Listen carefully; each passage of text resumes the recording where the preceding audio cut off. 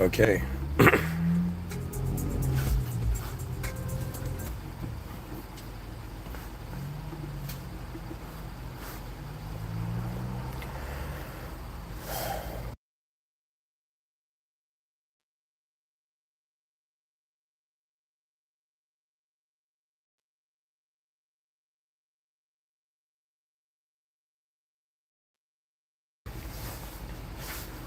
Okay.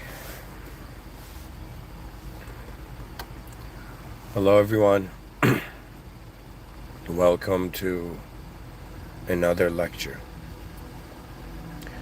In the name of God, the most benevolent and the most merciful, in honor of the original unconditional moment that all conditional moments have arisen from and will return to,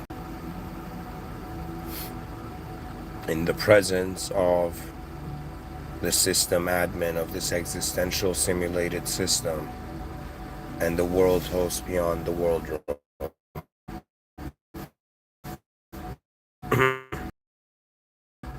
This might sound strange, but I wanted to do some research, maybe give a talk on marriage.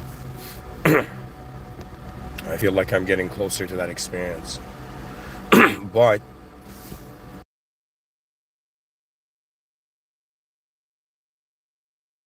a deeper moment found me.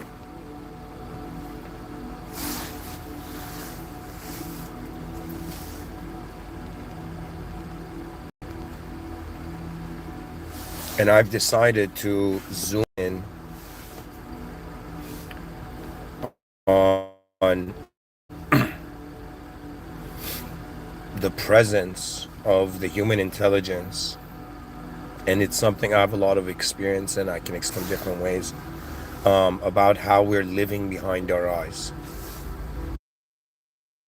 And I felt like that can, that's a very important thing about whether we think about. So think of it this way: marriage is the connection between the inner and outer lives of two people. But now I realize, like, the reason I'm generalizing this lecture is more based on a person's inner realm can connect to any sort of outer realm. And I find what the inner realm position of us to be, it's very crucial. It's like it's part of everything. We're conditioned. I'll get into it. We're conditioned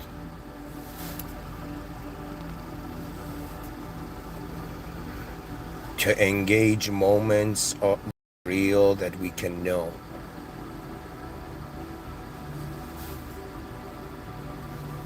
Ultimately, it comes down to direct experience.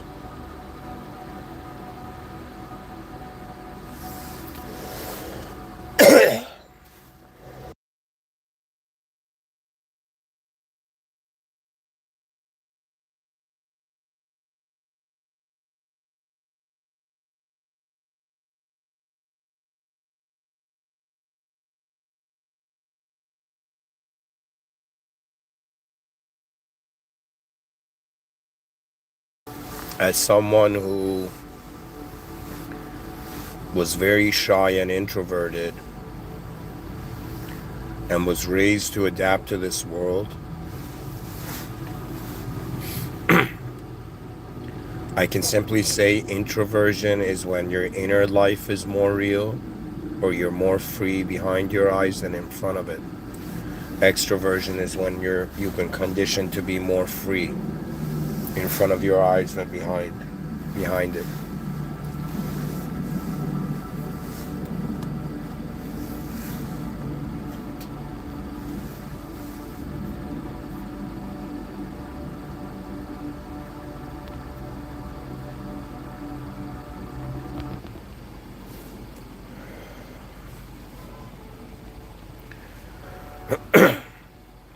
I think the title, Standing Behind Your Eyes in a Way That You Only Know,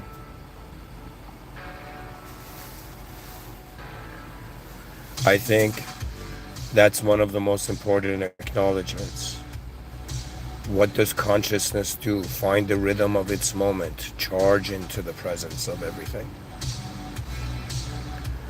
As much as we're in the world is within us, but that's behind our eyes. You know, I've summarized it. The most important thing is to map reality.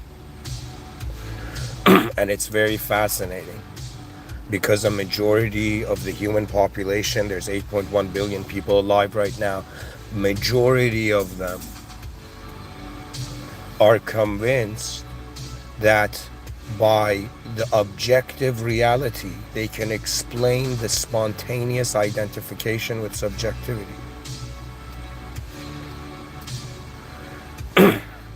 In other words, folks, you're an unknown soul, you're an unknown intelligence, and you have been cast into simulations. As you understand deeper, you will realize you were commanded to be here. But these commands are not understandable by, I guess, the human language. Think of it this way, that we want to do a reality check. No, we want to do a simulation check. All right? Many people do reality checks, but I'm telling you, do a simulation check.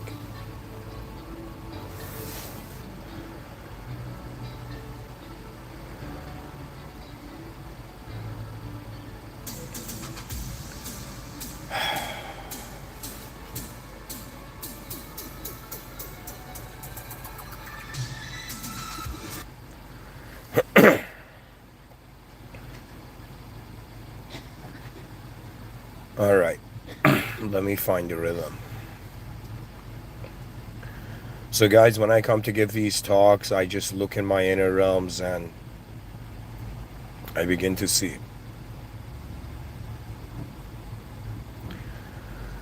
I want you to imagine a human experience, any random human experience. Just imagine a human being born again on this planet.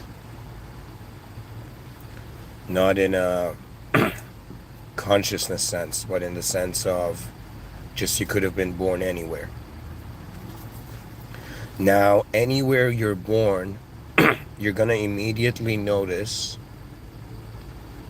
this, how do I say it, this distinction between outer events and inner events. And the human species has been responsible for a majority of outer events, even documenting them. But when you go look at history, we have not documented the inner events of man that deeply. Do you know that means every outer moment has simultaneously has had a different inner moment to it?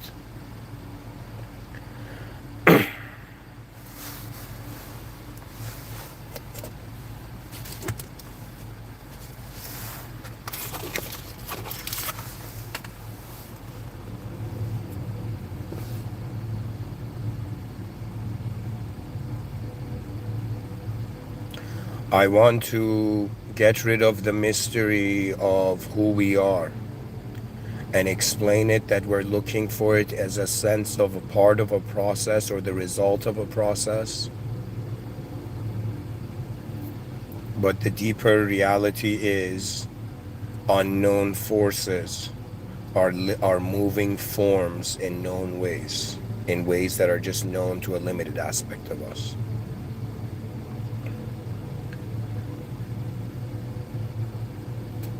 Every person you have seen in this life, you have seen their outer realms. When they speak, they allow events that are taking place behind their eyes to be shared in front of their eyes. But the depths of those events can never be fully communicated. In other words, I have lived through so many moments. If I come and ask you, who are you? You're going to look at who you are now and give me an answer. But how come you don't treat this moment where you give an answer, do you know, another memory. Technically, if they ask me, I've lived 12,500 days on this planet. Okay? Now, if they ask me, who are you? An answer can arise from any of those selves value systems.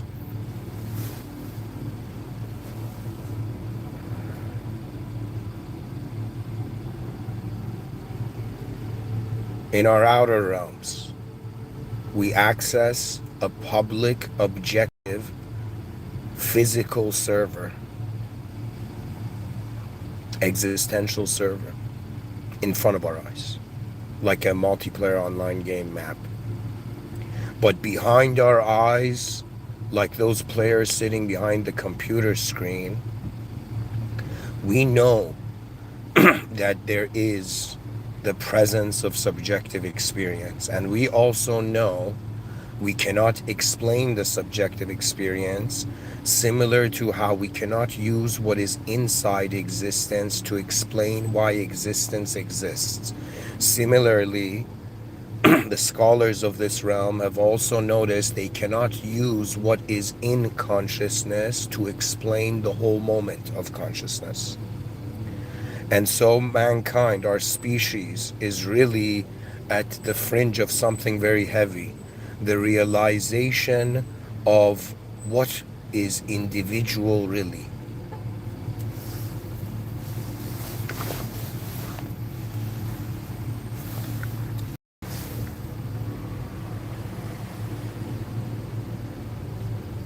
You know, I have had in my inner realms a way more deeper relationship with power than in my outer realms.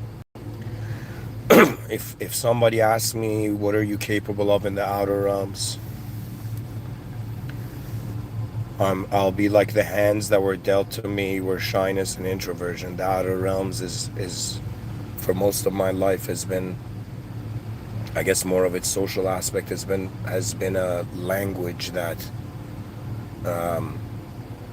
I couldn't fully process, because I realized in my own life and my own trauma that I did not give myself sovereignty to experience emotions. That means when you hear me talk, I can talk about various ideas very easily, okay? Because I gave myself at some point in this life the opportunity to think from scratch. That's the only way. I don't know, I think it might happen to others. There came a day in my life, very early on in my life, where I was like, what if nobody knows? What if they all missed something? You know, it's not about reinventing the wheel. You're not reinventing the wheel to create the wheel again. You're reinventing the wheel to see what was missed out of the process. I don't know how many people are talking about the inner realms, but I know that there's a specific way I can talk about it. And it has been really, if I can simplify it for you, every person lives an outer life, but behind their eyes, they live an inner life as an unknown witnessing force. And how do we know this? Because it is impossible for you to be a thought. It has been the greatest illusion in history. That means if you identify as a thought, well, what do you do with the awareness that is aware of more than one thought? If you look at how human beings are organizing their intelligence, they are cutting it into pieces. They're turning it into units. We have this approach where, yo man, years ago I had this thought. You know, right now I have that thought. What is this nonsense? It's nonsense, okay?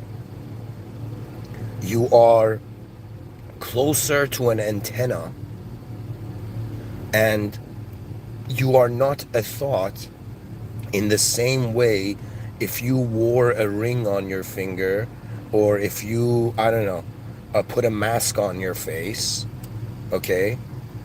You are not that mask. And thoughts are strategies. It's a strategy to give you a chunk of self so that it can engage. If you ask me who I am, like, I can give a quick answer. But that answer doesn't include the totality of what's actually going on.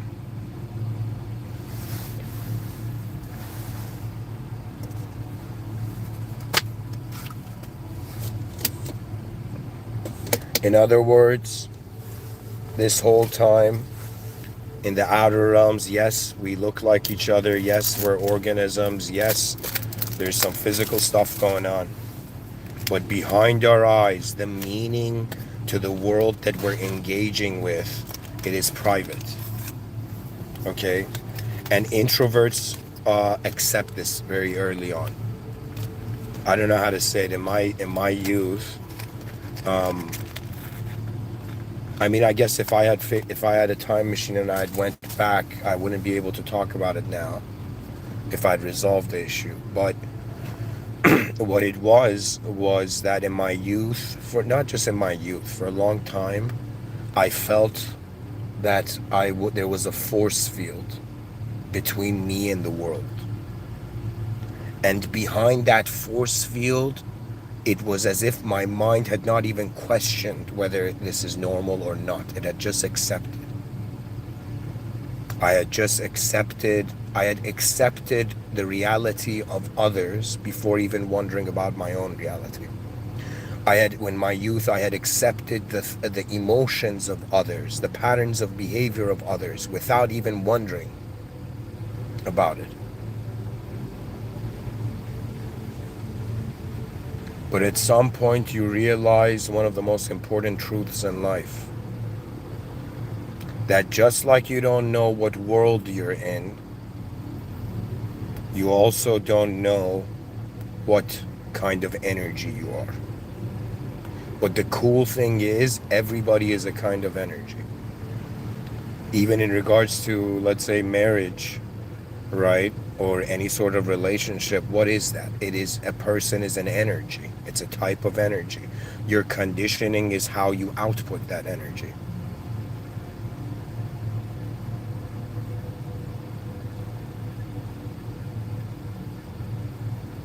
Behind our eyes, it's our unknown life. It has been unknown from the beginning. Everything we know has been simulated, and it's conditional. The unconditional is beyond knowledge. It is beyond chunks. The unconditional can be instantaneously present. The conditional, in some sense, is acknowledged through more than one point or more than one moment.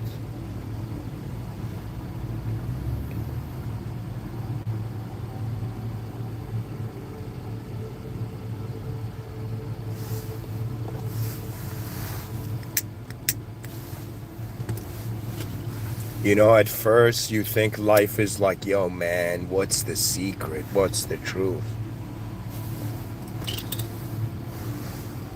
And you try to conclude it in a singular response. It's happiness, it's love, or it's just, undeniable suffering or inevitable suffering.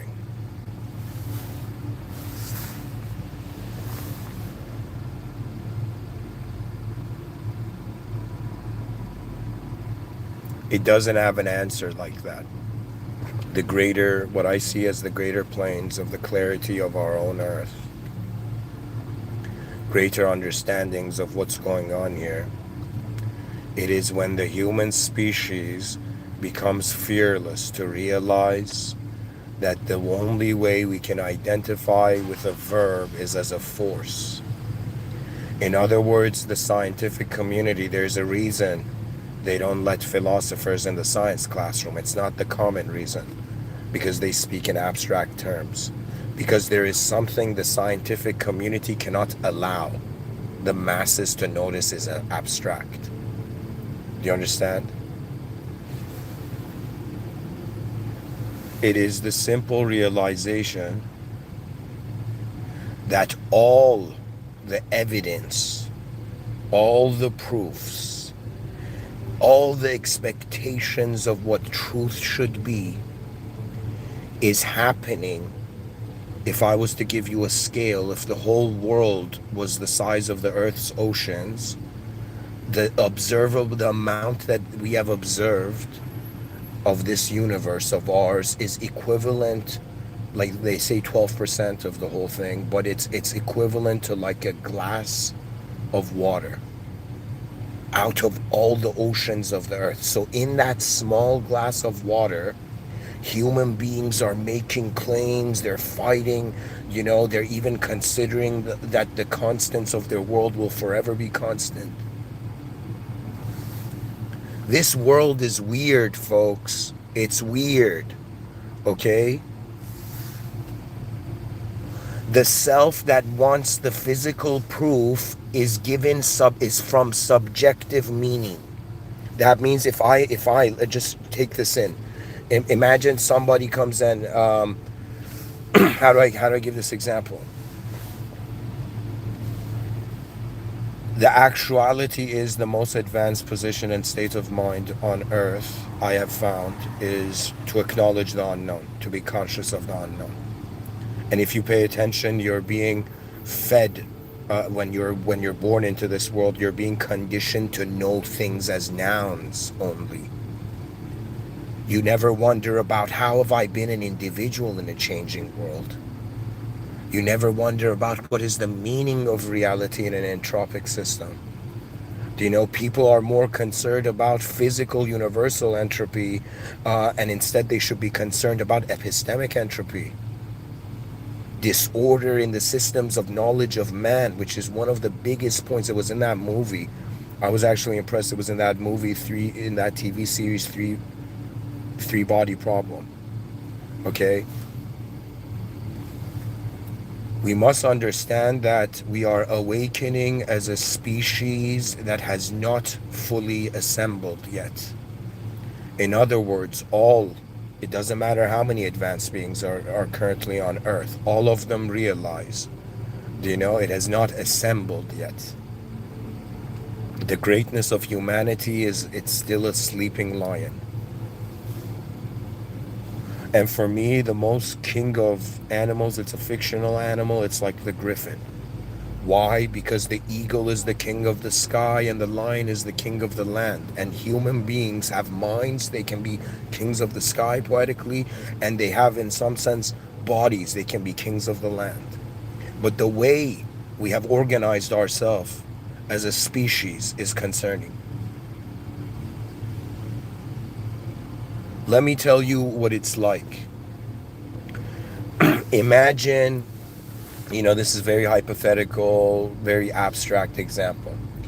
Imagine somebody took you out of Earth, okay?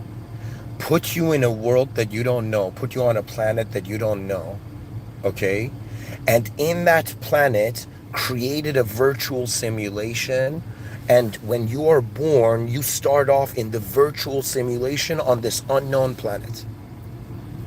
And most beings are living in this simulation. What was the movie Matrix about?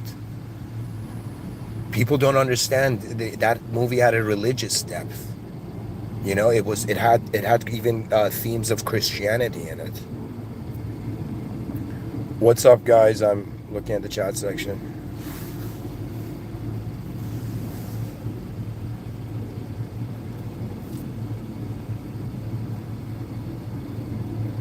In other words,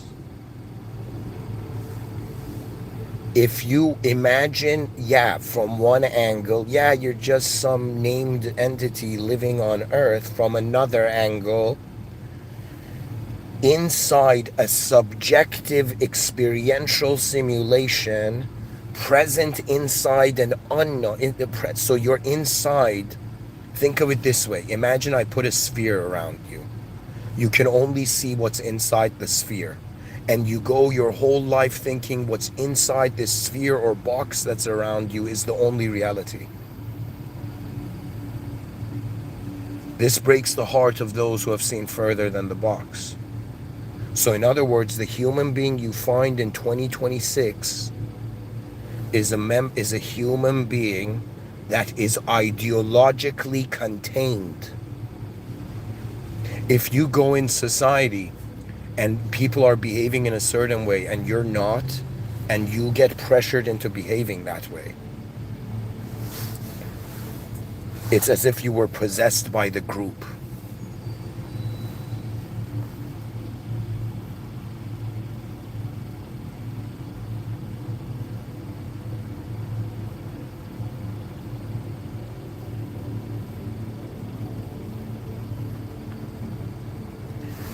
What do we do with what is looking through our eyes?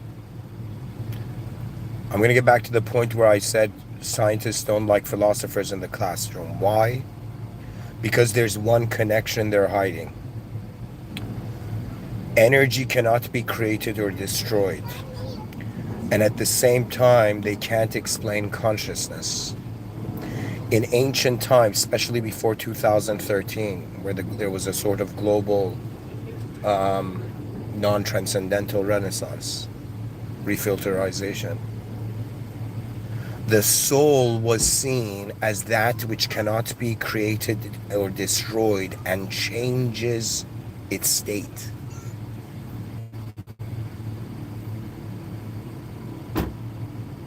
So it's as if energy was alive, that's what they're hiding. That's what the scientific community is hiding. Energy itself is alive. But the deeper realization I've had is that we're inside a commanded universe. It won't make sense to us.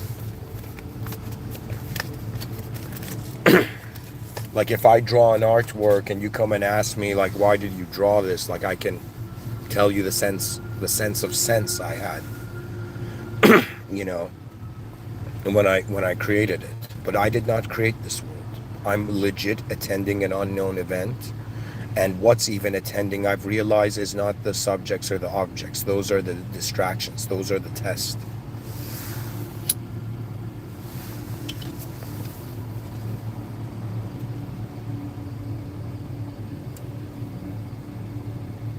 So I guess everybody is standing behind their eyes, and they have access to an inner realm and a unique subjective experience that nobody else has.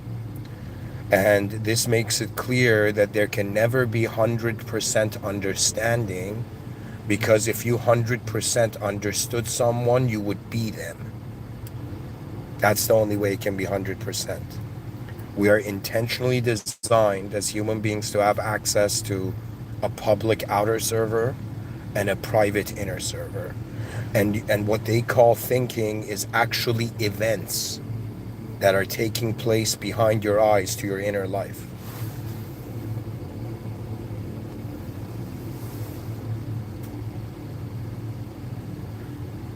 You know, the game of life hilariously has been the same from the beginning of time. It is in some sense the game of the furthest vision.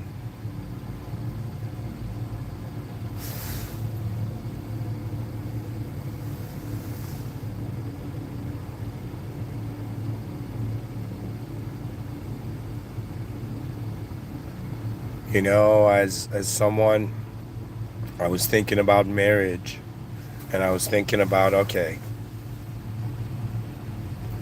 one being with their own world is connecting to another being with their own world, in the sense that with the vision that both those beings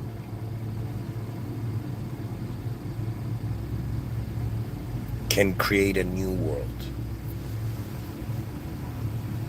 What is the game of life? You maintain your world, you discover your world, you maintain your world, and then you connect your world. But there is also the fact that the cost of your new life is your old life. And that's the thing. That's the thing that concerns me most about marriage. I'm not married yet, but what concerns me is To what degree does a person lose themselves to find themselves with someone else? In other words, there's sacrifices in the inner realms and in the outer realms. But most relationships are functioning based on sacrifices in the outer realms, let's say. The value of the relationship is only in the outer realms. Without the understanding that every person is starting in their own world of meaning and they have to make contact. You know? When I was younger, I guess it was like I had this view. I was insecure about my own world, and that didn't give me the confidence to go and get to know other people's worlds. I didn't even see it that way. But when suddenly it dawned on me, every DNA is happening once. Every person we find in our living era is unique information.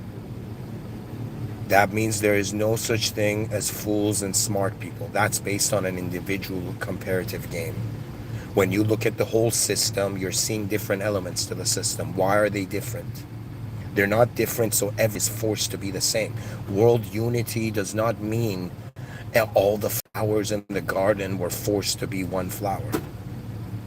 If that was intent, then in some sense there would be no point of us being born with different DNA.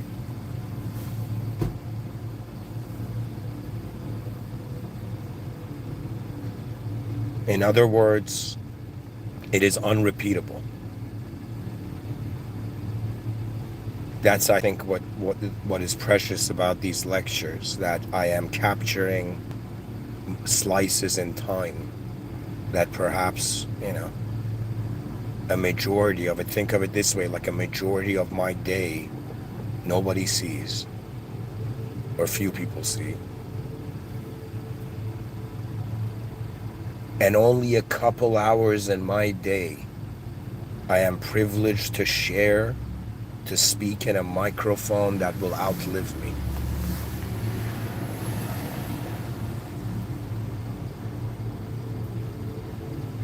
At some point, you will see ideology is the most incredible distraction. It's honestly, a lot of the outer realms became clear to me when I started thinking like a strategist. The inner realms became clear when I noticed the presence of the unknown.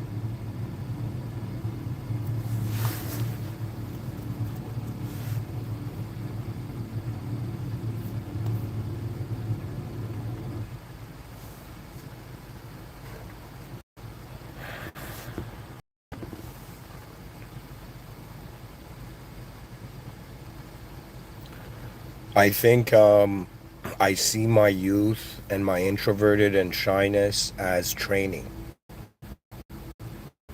I can see that life was training me to accept the nature of the inner realms. That if we want life filled with our meaning, and if we build that meaning alone,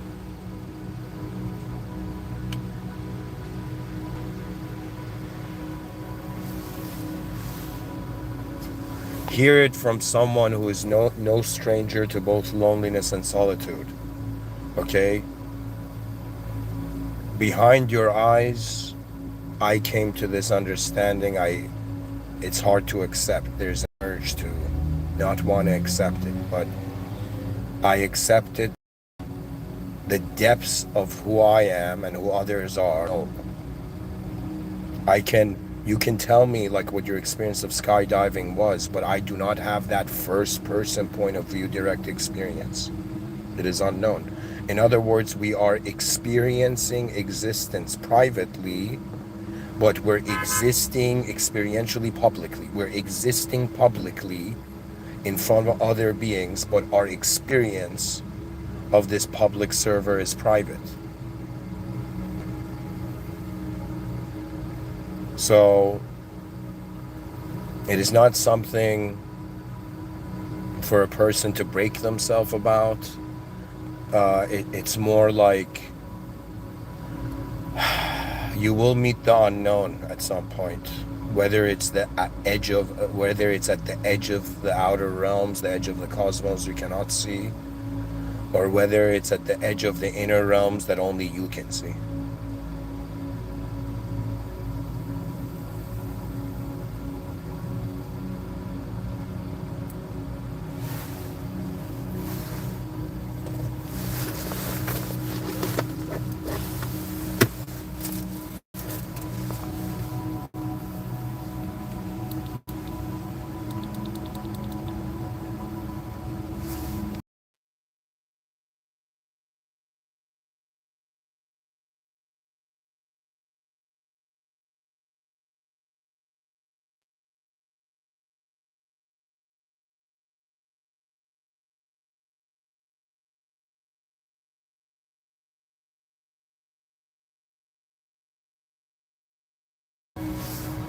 In other words, think of it this way.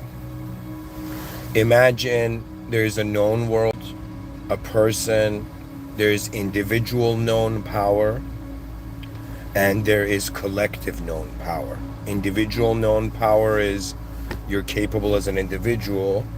Collective known power, imagine, I don't know, you're a politician or a billionaire or something, some influential person. You say one thing and it just like echoes in the outer realms and changes things. Like physically, not just like an internally nice talk to listen to. But I believe there's also a power in the inner, in regards to a power of an individual in an unknown world. There's an individual unknown power. There's an individual collective unknown, like not individual, there's a collective unknown power.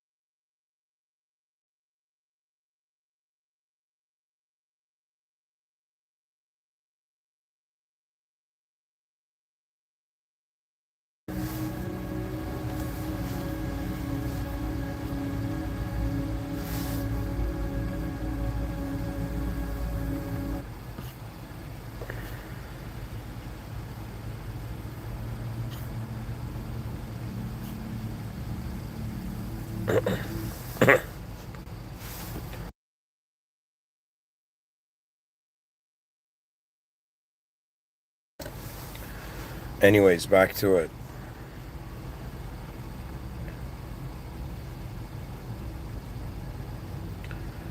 What do you do when you realize you're standing behind your eyes in a way that only you know?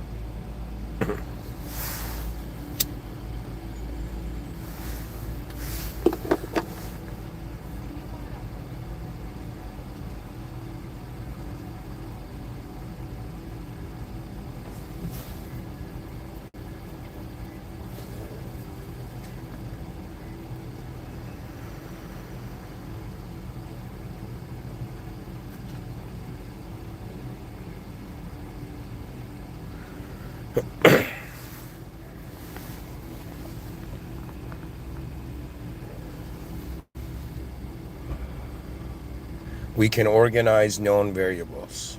We don't know what to do with unknown variables.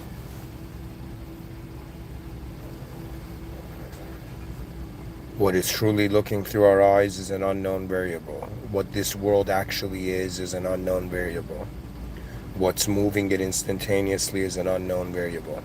However, the results of it, it's like we're living in a world where the causal position is hidden, and the effectual position is unhidden. Right? That means I don't know what you're thinking, but if you express it, okay, then I know what you're thinking or what you're seeing in your inner ops. So what is the pattern? The pattern is something is happening within you. It is leading to expression outside of you. And people, even the scientific community, they are looking at it time. Time is the big issue. Time is what's messing them up. Okay? They're considering that it's chronological. They're considering like there was this one space, okay, and then like something happened, and then it kept happening in that space. They don't realize that space is an expression. Okay, I don't know how to explain it to you. Everything that we access in the outer realms is an effect of something. Okay? And religion is another way of saying what is the whole world an effect of. Okay? And they're connecting it to an intelligence. The secular view is it's not connected to anything. Really, it's very hard to think about an entity without an environment, but that's the significance of perhaps the original intelligence. So I'm saying that look at the pattern. Let's look at the clues. The clue is if I want to say something to you, an inner event happens, and once I trust that inner event, it happens in the outer realms. I say it. I vocalize it. So this world, whole world, the observable universe, in some sense we have this view perhaps we're in the observable, and again the rest is unobservable, but it's a matter of, think of it this way, a cause from within led to an effect without. Now human beings are considering if the whole world is the effect, then there must be an original within to it. Okay? So it's another way of saying, this is just a way of saying it. I'm not saying this is it, but I'm saying this is just a way of considering reality, that all our embodiments and manifestation is the effect of an inner realm. Okay? An unknown inner realm. So it's as if we are, I shouldn't say it like this, God cannot be humanized, but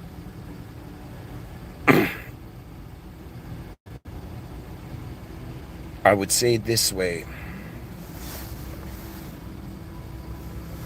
It's like before the Big Bang, or that ignition was not in a world. So think of it this way. I think, okay, let's say I want to communicate the word apple. I see an image of an apple behind my eyes, and then I say apple. So the moment I say apple, that's where the meaning in the outer realms starts. But before I said the word apple, something was going on within, in the inner realms. So what I'm saying here is that all manifestation in the which is we perceive as the outer realms, is the result of an inner realm. That means this world that's happening beyond our understanding, it's like there is a hidden mind that its expression is manifestation. Okay, now this is very important here because there is a separation here between polytheism and monotheism. Okay, I am not part of the school of thought that sees everything as God. I see everything as God commanded, God's sent, God created. But I do not see everything as God. That's an error in my view. Okay? I see it in this way, that if I, as a writer, I'm a sci-fi writer. As a writer, okay, I create a world with characters and all of that, but I created and administered that world from outside of it.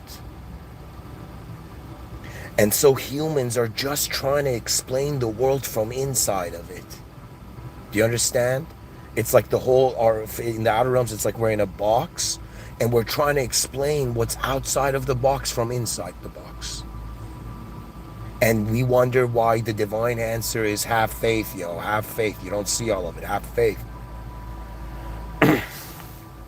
It inevitably leads to unconditional faith as an unknown being force to with an of an unknown moment.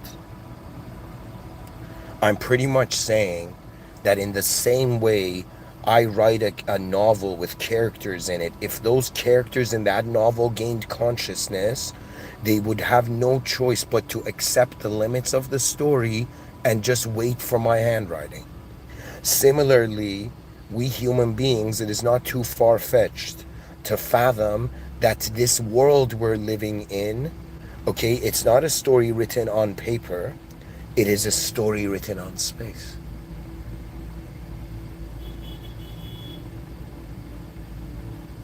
What I mean by that is a greater inner realms has generated this outer realms. And we, as the characters in the novel of Earth and humanity, are starting to realize that the way the author of this world novel we're all in has written it in a way that we start off simulating upon ourselves.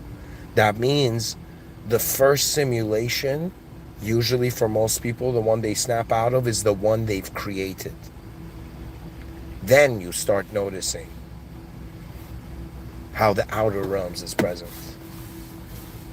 So what I'm saying is, it's the difficulty of explaining what's going on in this world is the difficulty of a character in a novel trying to explain, trying to say that I know what the author wrote. It's like, no, like even me right now, I know what is authorized for my character. It's very obvious that in the same way you plant a seed and it grows into a tree and bears fruit, similarly, human beings grow into their efforts, and the light that they grow in is the presence of a world they can decide in. To me, free will is like hands that can move the steering wheel. It does not, free will alone cannot explain why the car is there, cannot explain why the road is there, cannot explain, it can move an aspect of reality. But because it's moving and identifying with a limited part of it, what certainty can it have? In other words, I'm pretty much saying, like overall, in a tiny part of the observable universe, we human beings in that observable universe are a tiny part in our own universe. And really, wisdom is being able to see beyond your inner realms. And immaturity is being trapped by your inner realms. Only your ego, only what you see is real. What is, for example, narcissism and all these disorders, you know?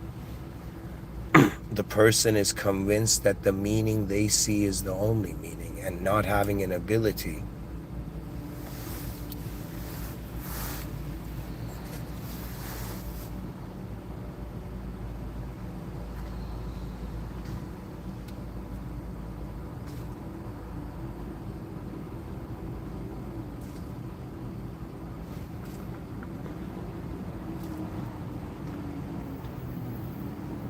it's just beyond.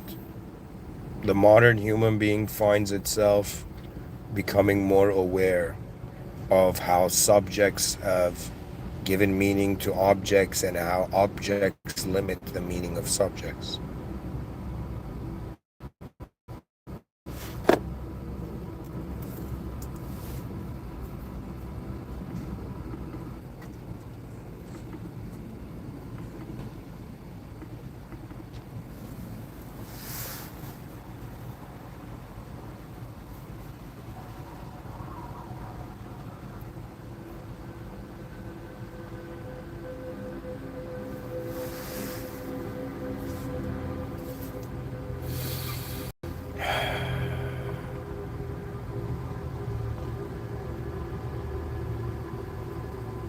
It's like living a lifetime trying to know things in a certain way as a known being and realize it's all unknown. It's all unknown. The unknown is it. The test of man is to be conscious of the unknown. We are fascinated when we make the unknown conscious.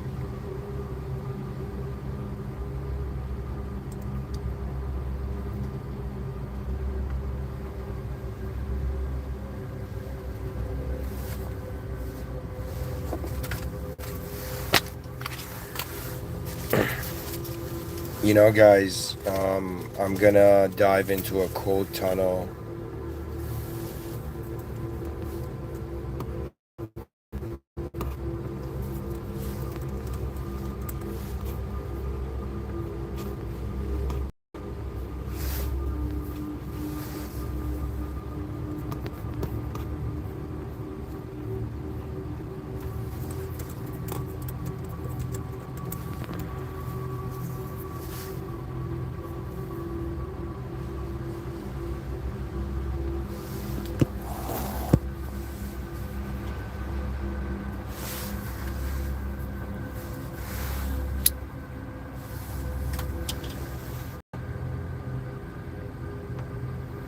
Guys, I'm gonna read some quotes about marriage in the middle of this lecture, okay? As part of the research component. And marriage is a prime example of two inner realms, I guess, trying to connect the outer realms. Socrates says, by all means marry. If you get a good wife, you'll become happy. If you get a bad one, you'll become a philosopher. Ha ha ha ha ha, Socrates. Franz Schubert says, happy is the man who finds a true friend, and far happier is he who finds that true friend in his wife. Clint Eastwood, there's only one way to have a happy marriage, and as soon as I learned what it is, I'll get married again.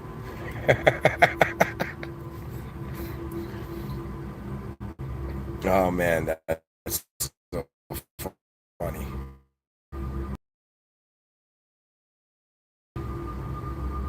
Says Clint Eastwood says there's only one way to have a happy marriage, and as soon as I learn what it is, I'll get married again. Mignon McLaughlin, a successful marriage requires falling in love many times, always with the same person.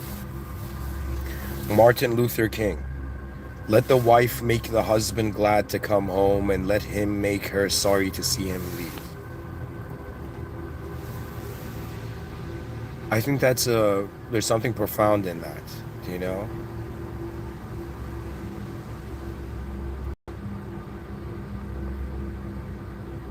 And I guess I can understand that the fear of abandonment.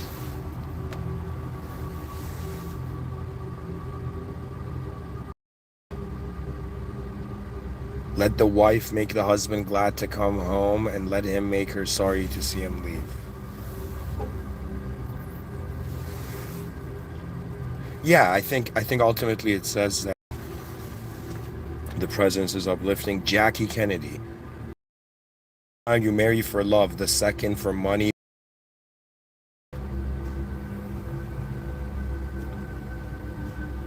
Man, I'm just imagining if I got married and then I was getting divorced, like the philosophical arguments of, yeah.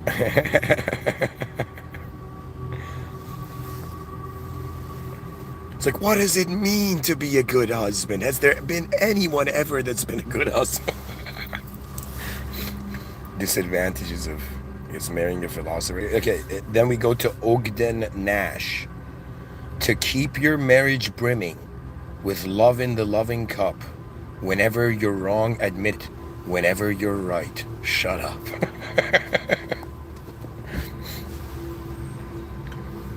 Yeah. That's going to be hard for me to do.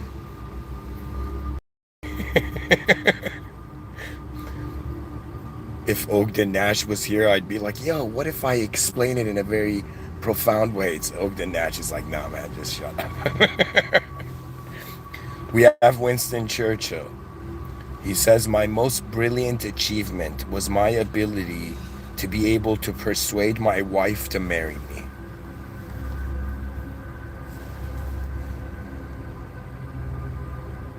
Cool statement. What a cool statement.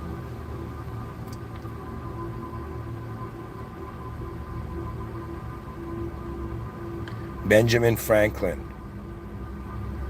Keep your eyes wide open before marriage, half shut afterwards. You know, I guess in modern times it has to be more than half shut, but there's a truth in this that human beings are creatures of effort, and they should put effort to make things work. This saying, not a saying, like this. I remember watching this video years ago. This young girl went to her grandparents, and it's like, how have you guys been married all this time? You know, like for all these years happily. And the couple was saying something like, we came from a time when something broke, we would fix it.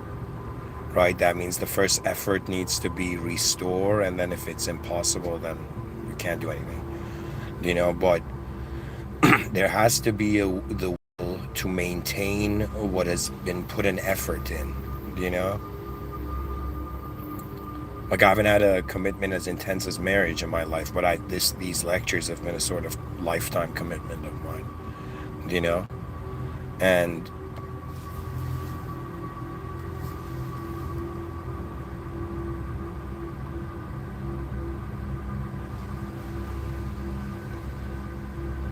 I guess at some point you have to make the decision of how long you want to stand in your own meaning.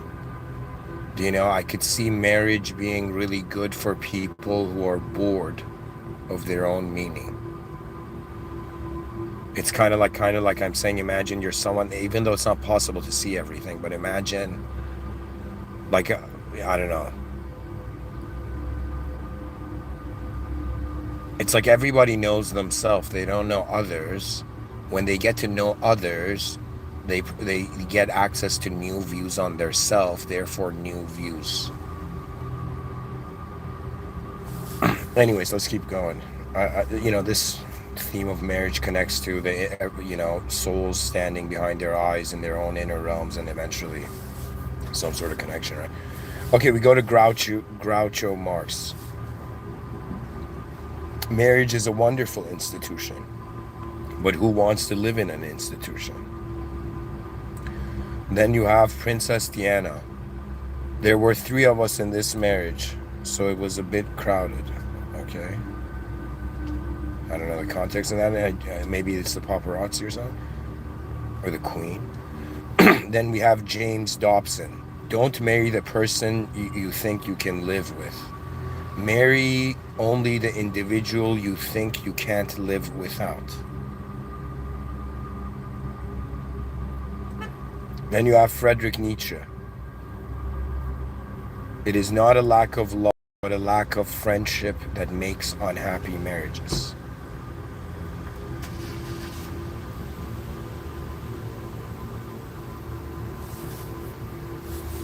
Abraham Lincoln. Marriage is neither heaven nor hell. It is simply purgatory. This dude did such great things while in purgatory. You believe that? Then we go to Oscar Wilde. One should always be in love. That is the reason one should never marry. That's hilarious.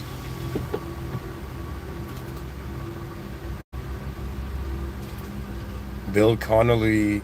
Marriage is a wonderful invention. Then again, so is a bicycle repair kit. Okay. Michel de Montaigne. If there's, I don't know that, if there's such a thing as a good marriage, it is because it resembles friendship rather than love. Yeah. Okay. So the friendship is more important. It says Irma Bombeck. Marriage has no guarantees. If that's what you're looking for, go live with a car battery. John Florio. A good husband makes a good wife. That's a good point, you know. But also, you have the ontological nature of your wife as well to deal with. Rita Rudner, I love being married. It's so great to find that one special person you want to annoy for the rest of your life. Now, that is, I think, like, now that's a romantic sentence right there. Do you know? Then you have Eddie Cantor. Marriage is an attempt to solve problems together which you didn't even have when you were on your own.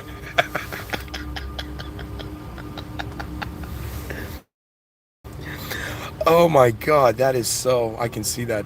I can see that. So guys, think of it this way, connecting it back to the inner realms. Okay? So when the outer realms gives you a privilege, if you are not, let's say you're alone somewhere in a moment, you're just in your inner realms. Your problems are just based on the meaning you see. But the privilege of being in the outer realms, whether it's marriage, whether it's like movements of armies or whatever, do you know what it is? It's like together they can solve problems that they didn't even individually have, and they couldn't even individually solve even if they did have. Right? So I guess the biggest thing about marriage, if it's a good marriage, I guess it's a marriage that in some sense there's a greater problem solving power there, you know. And I guess, I mean, my understanding of human psychology, any relationship that the person feels alone in, that means you could be with someone, it doesn't matter, like so many things could be correct, but you could feel alone in the moment. Okay. And I think that's what really sets apart, you know, the souls that care and those who don't. It's all about the intensity. Imagine, like, why are there human beings? So think of it this way, the human beings you care about or you love, you're willing to share their suffering. Do you know?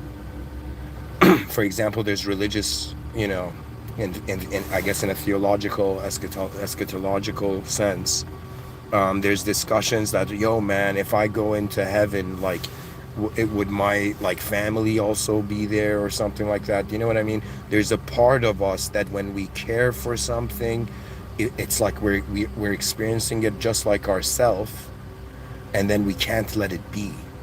Do you understand? Like, what I understood in my youth was also, I wasn't the perfect person either, but I understood that all the moments that I was abandoned, I had a psychological feeling of abandoned, or an abandonment that I didn't let people get close to. You can get abandoned that way too, you know. Or you can be such a good actor that everybody's like, yo man, you know, this person doesn't have trauma, this person seems perfect, right? But you don't know in the inner realms what sort of battles are being fought, you know. And so, you know, I am no stranger to this feeling. Years later I realized it could be very intense for people. But when you're young and you dislike yourself, you're not thinking about, you don't extract joy from yourself anymore. Do you know? That means if a person doesn't like themselves, they don't want to be what they don't like.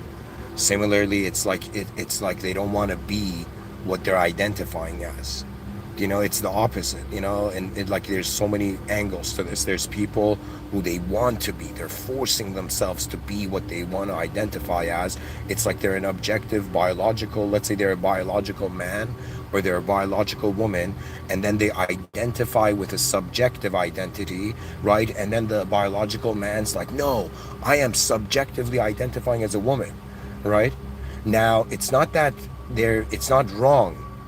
Let me say it this way, it's wrong in the sense of the cognitive dissonance, the disparity between the outer realms and inner realms, right? It's like, it's wrong. Okay, let me say it this way. If I suddenly say that I'm like Gandalf, you know, I'm a wizard, you know, or somebody comes and looks at me and says, hey, Amin, you're a wizard, Amin. I'm like, okay, relax.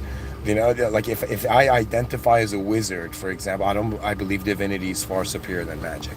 You know, but if I identify, for example, as a wizard, okay, and then I make people, all of you gotta call me a wizard, yo. Do you know what I mean? That's legit, like me trying to make my subjective inner life reality absolute in the outer realms. It is ignorance. Like if I want, let's say I was an inventor of androids, and at some point people ask me, what do you identify with subjective? I'm like, I'm an android, bro. You know, it's as if, yes, in that inner realm, personal moment of meaning, it's valid, but we must care for how we process data in the outer realms, and we must stay true to its original presence. Okay? So what I'm saying here is,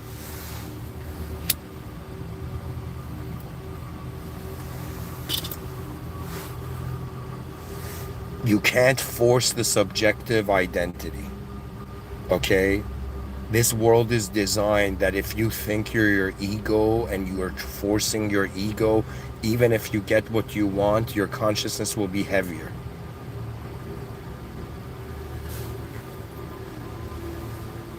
There has been moments, it hasn't been a while, but there were moments last year where, not last year, I'm thinking even further back, like maybe like 4 or 5 years ago, where I had less self-control.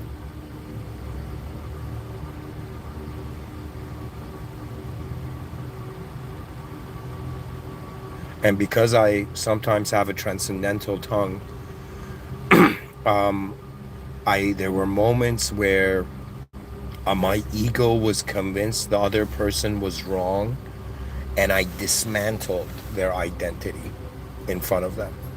You know, they were like rude, and I suddenly shared like the depth of what I considered to be their errors. And at the end of it, I was right, and they were like, you know, there was a saying in Iran, like whenever somebody talks nonsense, you tell them sit down. You know what I mean? Like bishin. All right. So like it's that notion of like sit down. I it's not worth it. Internal victories in the outer realms at the cost of the outer realms vitality are not worth it. That means this world is designed to teach us that the free will cannot force reality. The free will can decide how it wants to adapt to reality. Okay, I'm gonna keep reading. We go to Eddie Cantor. No, I read that. Samuel Johnson, bachelors have consciences, married men have wives. Wow. So your wife becomes an embodiment of conscience. What a fascinating idea. This is new to me.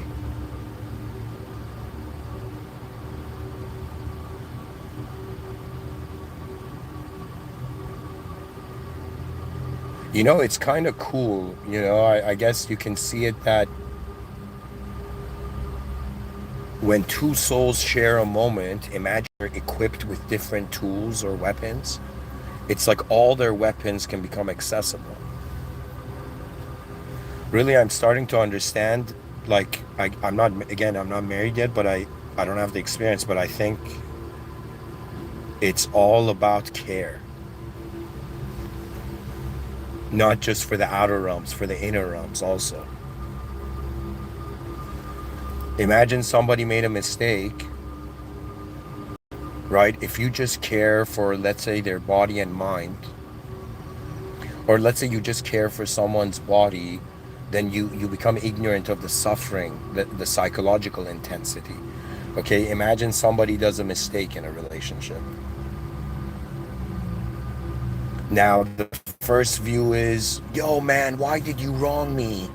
Do you know, how could you wrong me? Who are you that you wronged me? But from another perspective,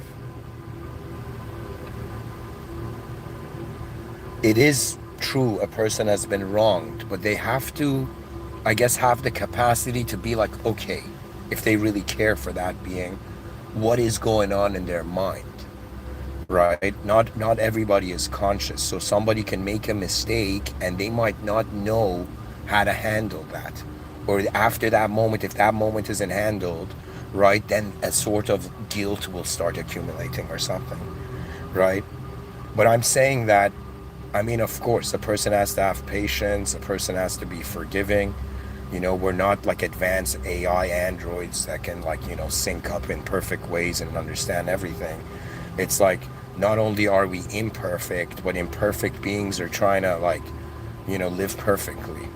But I'm saying it in this sense that, like, I agree with Elon Musk here. He had this attitude where he said when you start a relationship, sorry, not a relationship, when you start a business, instead of having this view, I'm gonna win and I'm gonna crush everybody, right? And just having that, Elon Musk takes this approach where he tries to reduce the percentage of failure, that rather than obsessing over a specific victory that they don't know what it's going to be like in the future, right? So you try to reduce the percentage of failure. So I guess if we apply this approach to marriage, which is an example of inner realms uniting in the outer realms, right? It would be in some sense that you should not think that if you are not in the perfect relationship, it's wrong. You should think of it in this way, that you should reduce the chances or the percentage of a bad relationship. Okay? And it may not be something that's instantaneous. People are always growing, they're changing. And the way that life works is that in our youth, we don't know what's going on. Like, we do things that years later we realize what it actually meant. And I guess that's the exciting thing about life, because if you knew everything, there would be no point to live.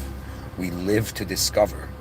I firmly believe we're a species designed to explore the realm. That's why we have an ability to adapt. Anyways, going back to these marriage quotes. Homer, I believe a Greek philosopher, he says there's nothing nobler or more admirable. There's nothing nobler or more admirable than when two people who see eye to eye keep house as man and wife, confounding their enemies and delighting their friends. That's exactly it. Men want to feel nobility, women want to feel admiration. And the way is, that's the roles. The man is there to admire the woman, right? And the woman is there to, in some sense, I don't know what the term would be, to, in some sense, honor the man.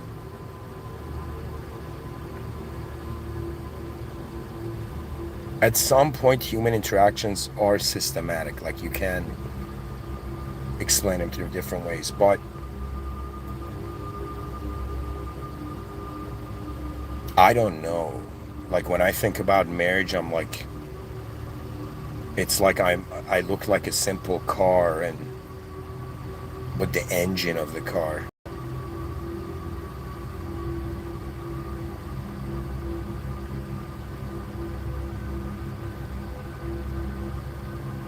It's like, I know one thing though, my wife's gonna be a good listener. She's gonna be listening a lot. Okay. We go to Stephen Leacock. He says, many a man in love with a dimple makes the mistake of marrying the whole girl. What did I just read? Many a man in love with a dimple. Many a man in love with a dimple makes the mistake of marrying the whole girl. Oh, many a man in love with a dimple. Okay, I get it. That means a man who's in love with one aspect of a woman, or many men who are in love with just one aspect of a woman, make the mistake of marrying the whole girl.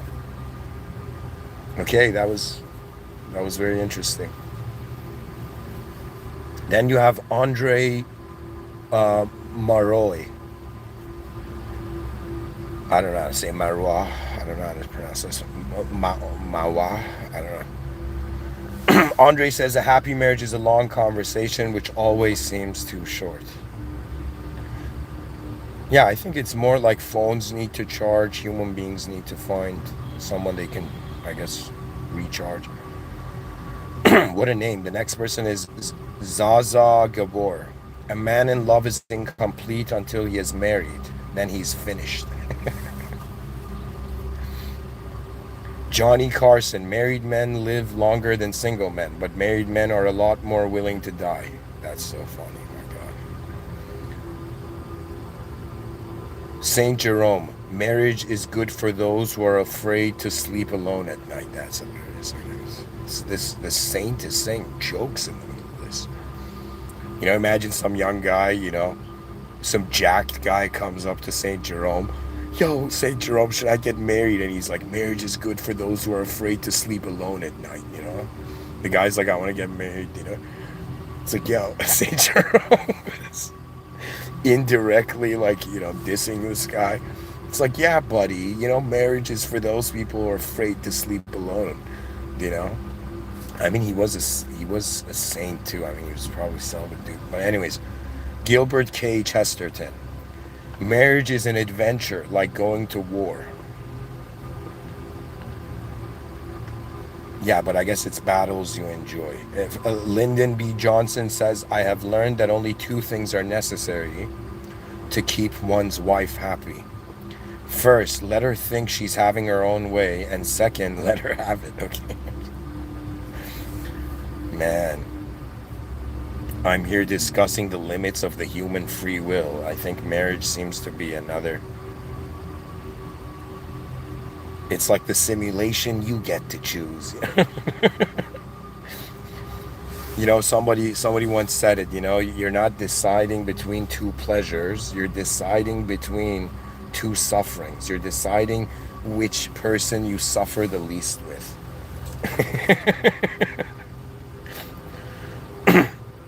Then we have Bruce Forsyth. This is from Brainy Quotes I'm reading. He says, the secret to a house, the one you love is near to you, either upstairs or downstairs, or in the same room.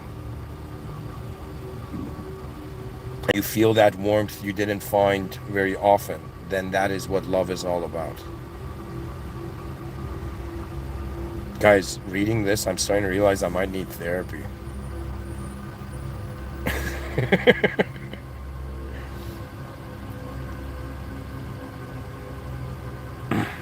We have Audrey Hepburn. If I get married, I want to be very married. I mean, of course, it's a role. Marriage is one of those things in modern culture, I guess, that it's like you finish high school, you go to university, you work, and then it's like the next thing. Understand? It's like the next game. But I guess the most important game to play. The game.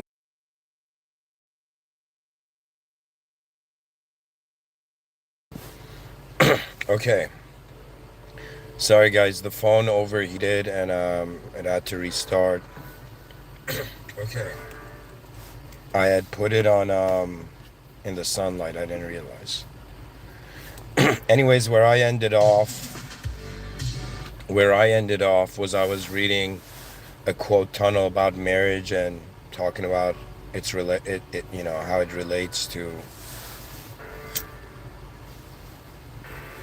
how it relates to the inner realm, inner reality of how the human being is positioned. I'm gonna keep reading. We have, continuing on, this quote by Ambrose Bierce. It says, marriage, a noun, the state of condition of a community consisting of a master, a mistress, and slaves, making in all two.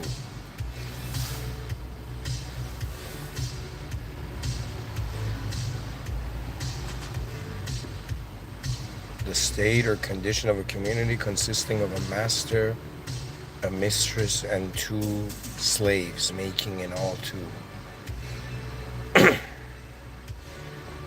Then we have Louis Grizzard. He says, instead of getting married again, I'm going to find a woman I don't like and give her a house. That's freaking hilarious. We have Rodney Dangerfield. It's tough to stay married. My wife kisses the dog on the. She won't drink from my glass.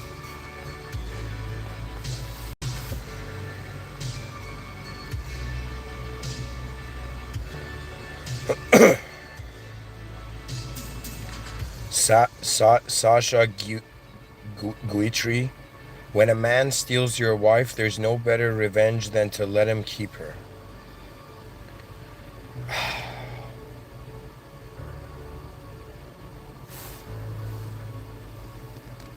But what if she doesn't know she's with the devil? You know? She, like, I don't know. I don't know how I feel about this. We go to Sydney Smith. Marriage resembles a pair of shears, so joined that they cannot be separated, often moving in opposite directions, yet always punishing anyone who comes between them.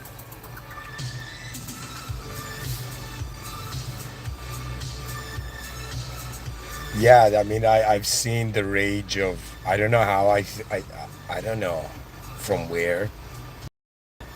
Like in my younger days, we would bar hop like in Western Ontario. I don't know. I've seen this that it's like when a husband and wife are angry or any two people are fighting, any third person that goes in usually gets torn.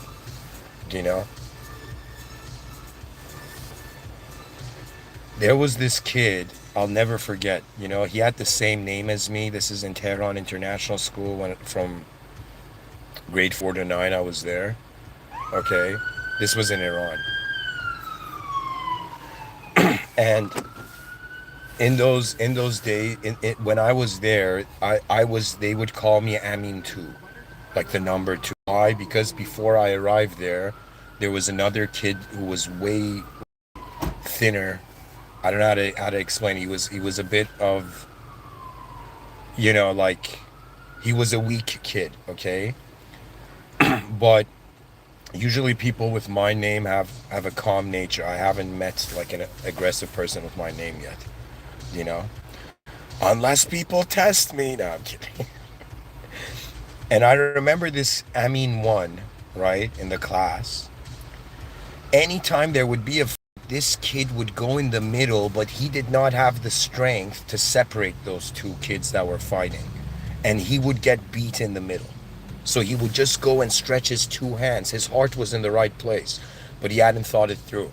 And so he would put his hands between these kids that were fighting, and those two kids didn't care, and he would get hit in the middle. You know?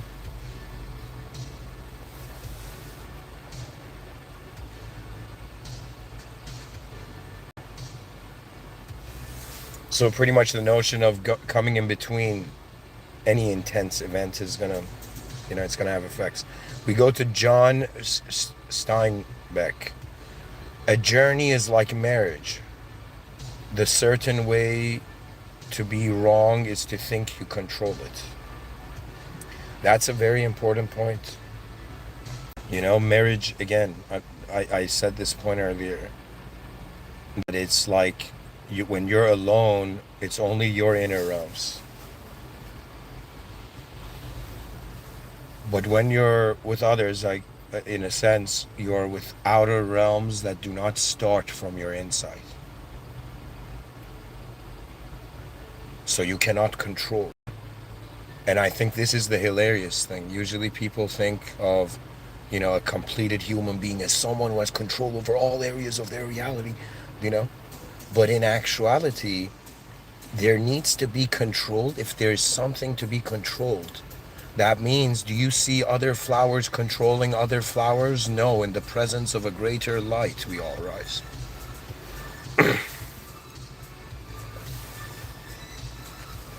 Okay, we go to John Lilly. This might be an endless list, guys. I'm going to read a few more. He says, marriages are made in heaven and consummated on earth. Yeah, if you believe in destiny, and destiny is another way of saying we don't know it, but from an unconditional absolute being's creation, that means if an absolute unconditional being has commanded reality, technically to the unconditional absolute being, everything has happened. For us, we're experiencing it to happen.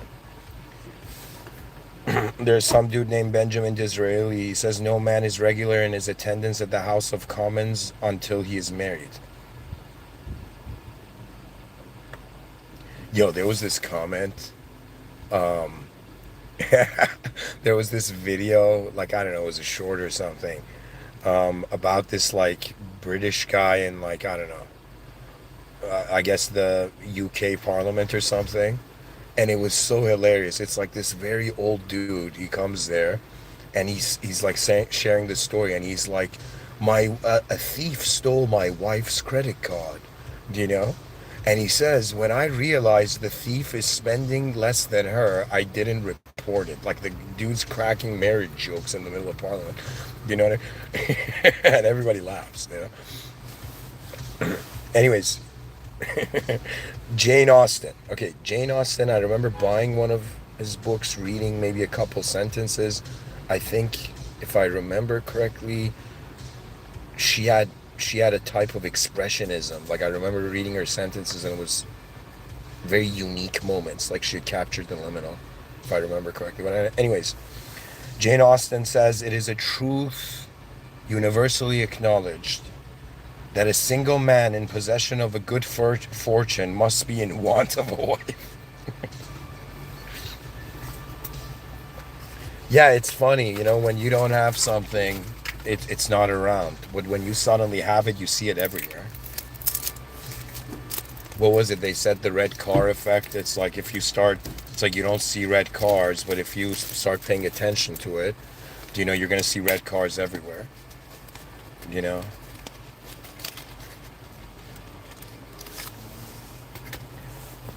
I think ultimately we accumulate value. That value is more than to be shared with us, and life puts us in positions to share that value. Ultimately, all human beings, they feel a sort of honor in sharing, I think.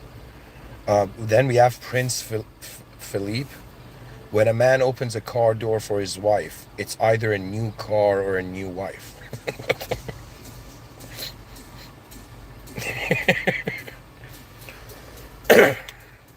That sounds like someone desensitized to love. That's when you go read the biggest love stories in history, like pretty much all of them. Granted, they were tragedies, but there was something about it that the journey was worth it. In other words, don't be ashamed of your journey.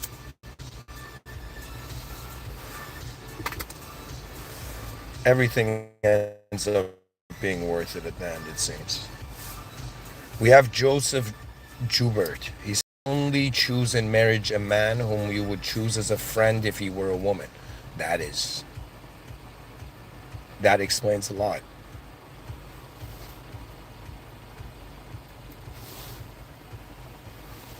I'm just going to let that quote just, you know, stand in the silence for a moment. It says only choose in marriage pretty much a person whom you would choose as a friend. Or it says, the advice to women. He says only choose in marriage a man who you would choose as a friend if he were a woman. Do you know what that means? That means the man should have an ability to, I guess, bring down his reality. Okay? That means if men, there was this analysis, I don't know the exact medical, like biological terms for it, okay, but it's like a cycle that happens for men on a daily basis. Let us say this cycle happens for women on a monthly basis. Okay, and let's say, I don't remember the full literature, but it's like, I'll say it this way, the way I understood it.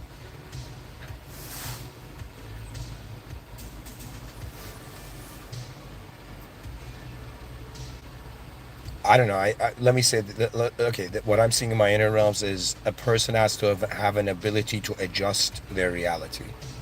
Okay.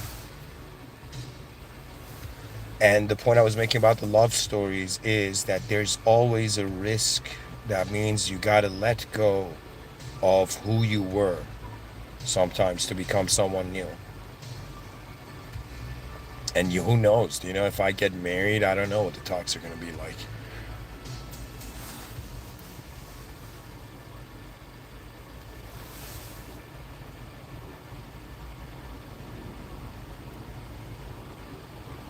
It's like midway through the talk, my wife's gonna be like, "You're talking again?" Like,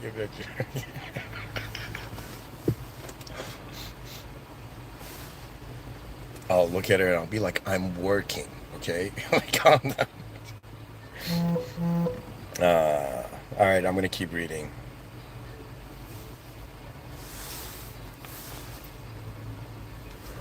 Eight Jackson Brown Jr. Marrying an old bachelor is like buying secondhand furniture. Okay. Jean de la. Oh, I can't even pronounce. Jean de la Bruyere. Bruyero. No, Bruyere. Bruyere. Jean de la. I don't know. Bruyere. Bruyere. He says marriage, it seems, confines every man to his proper rank. Yo, that is deep. That means the wife you get suggests also the status of your soul. We have Jean Rostand. He says, never feel remorse for what you have thought about your wife. She has thought much more worse things about you. Joseph Campbell. All right, a man we can like I'm waiting to hear this. Okay, he says, when you make the sacrifice in marriage, you're sacrificing not to each other, but to unity in a relationship. So that means I'm imagining myself, let's say I'm married.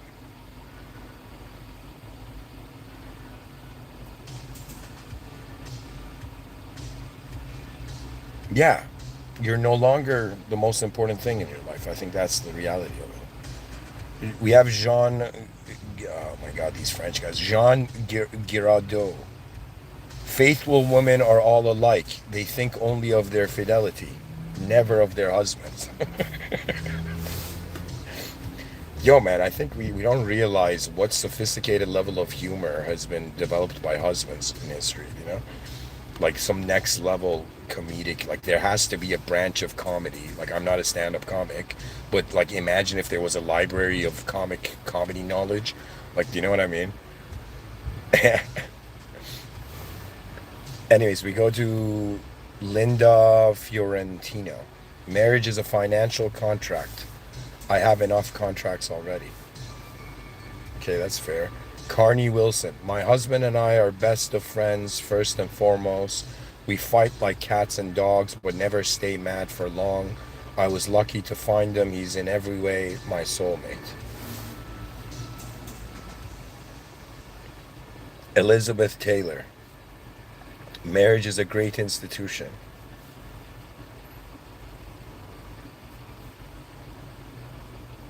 Yeah, I mean, I think it all depends on how much you want to get to know a person, you know? Like you can get to know multiple people in limited ways, or you can, I guess, get to know one person in a deep way.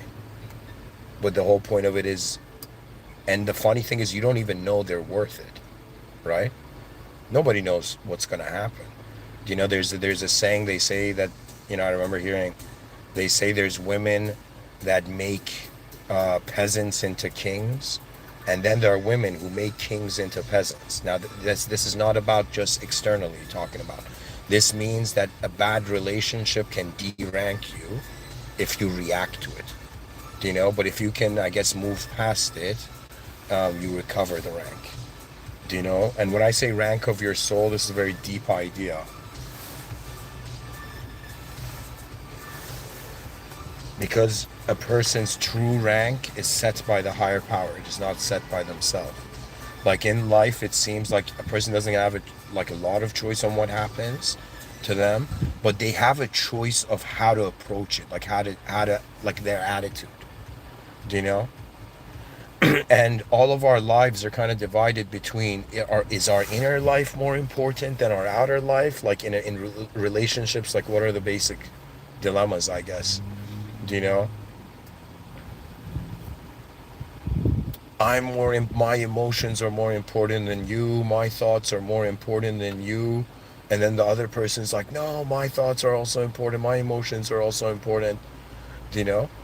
But at some point, this is like, I guess, the realization from these quotes, that the emotions you have together and the thoughts you have together and what you do together is more important than what you do alone. There was this guy named Patrick Bet David. He said he was talking about how he met his wife. Or not, sorry, not about how he met his wife, but he was talking about like friends. Like imagine two people are married and they each have their group of friends. So the wife has her group of friends, the guy has her group of friends, the husband has his group of friends, right? And so imagine the husband and wife fight. They go into conflict, okay?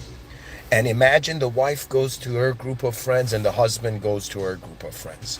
Now, of course, this is a difference in cultural maturity. Different cultures have different maturity and different experiences. But in this is more of what this guy was a Persian guy who was saying it. And it's more like he was saying, like, this is when you know also you have good friends, but this is how it should be.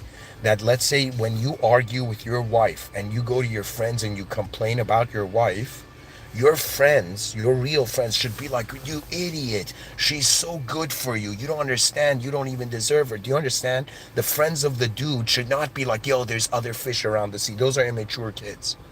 Do you understand? Right? The friends are going to be like, yo, buddy, you've invested in something, okay? Rather than letting go of this investment, care for it, for example, right? And then the girl goes to her friends, instead of the girls being like, no, that guy's a piece of shit and all of this, right? The friends should be like, no, you're missing out. You know, you don't know how good of a guy he is, you know, all of this. The whole point of it is, others do not know what individuals build together, but others must care for the creations of individuals. If we care for, you know, ourselves, we're caring for creations in the moment. Similarly, we must care for the creations in the whole moment, in all moments. You know, we're not just stewards of created nouns. We are also a sort of steward. We're a force. For me, really, in my psyche at least, the masculine energy and feminine energy, it's all about the intensity of force.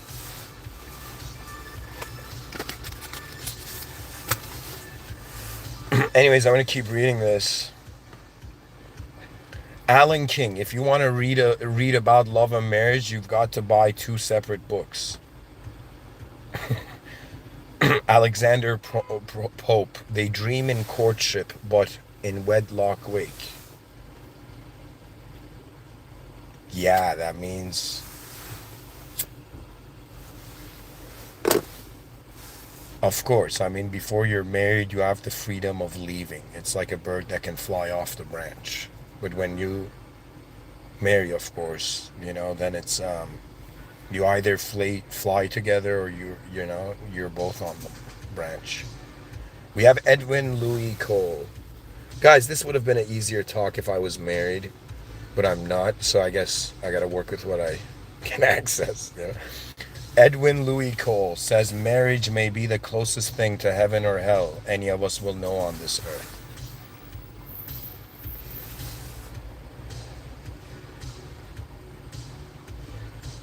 You know, the sentence is arising to my mind. A man should not let his wife stay in hell, and a wife should not let her husband stay in hell.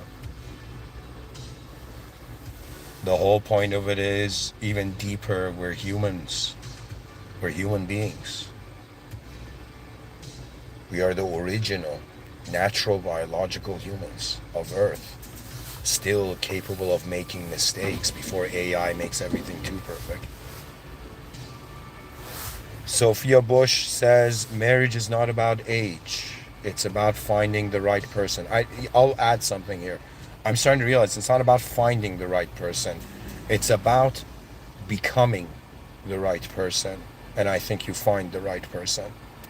Do you know? Woody Allen. Basically, my wife was immature. I'd be home in the bath and she'd come in and sink my boats. All right.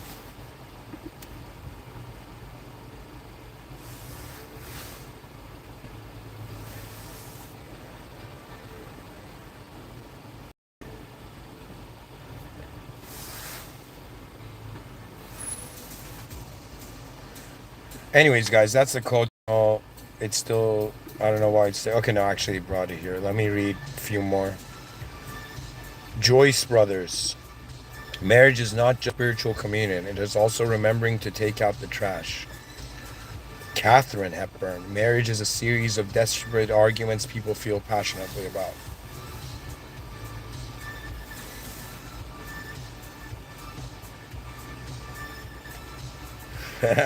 Nancy Astor. I married beneath me. All women do. Keith O'Brien. I might be celibate, but I appreciate the wonder of the sacrament of marriage.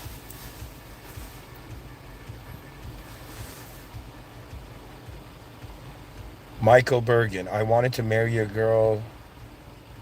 Okay. Emma Goldman. On rare occasions, one does hear of a miraculous case of a married couple falling in love after marriage. But on close examination, it will be found that it is a mere adjustment to the inevitable.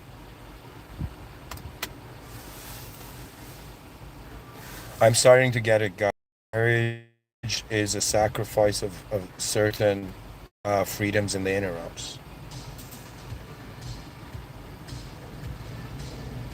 That means if I'm alone and I'm thinking, I have only my awareness to deal with. But if I speak in a group of people, or if I have a wife, then it's like the awareness is different. The responsibility is different. It's like a totally different. Like I think we can make the claim that if your responsibility level has changed, you're not the same person. You know. Let's find a famous name here. None of these are famous, or at least I know.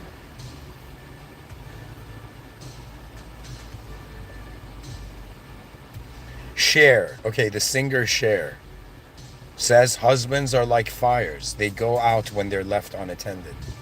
All right.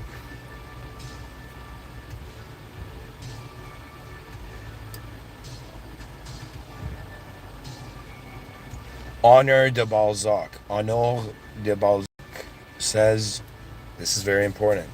A good husband is never the first to go to sleep at night or the last to awake in the morning.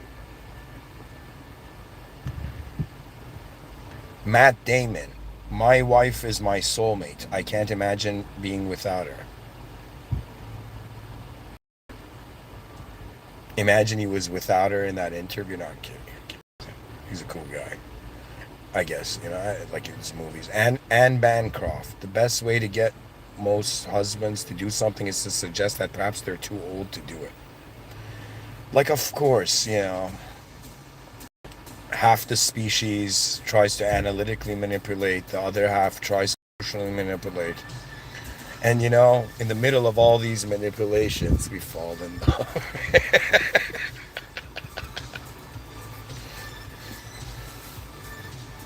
All right, guys, a deeply metaphysical lecture has given you next level marriage advice. Like, even though I'm not married, these are cool.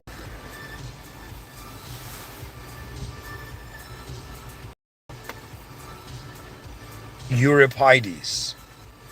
It's not beauty, but fine qualities, my girl, that keep a husband. All right? Euripides,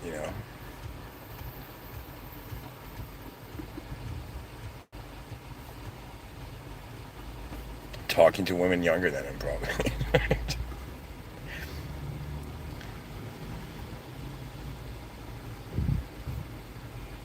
Benjamin Franklin says, where there's marriage without love, there will be love without marriage.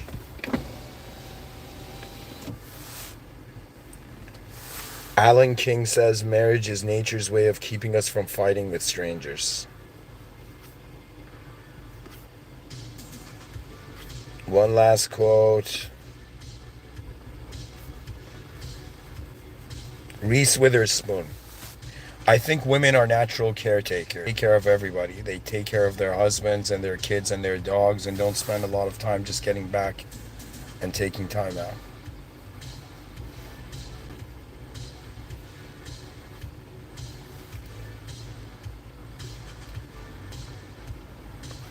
Andre Maroy says a marriage without conflicts is almost as inconceivable as a nation without crises.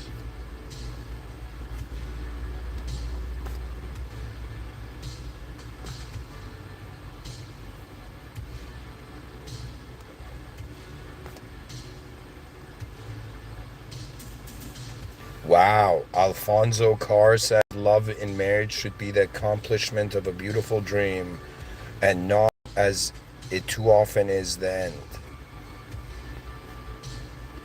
Mark Twain.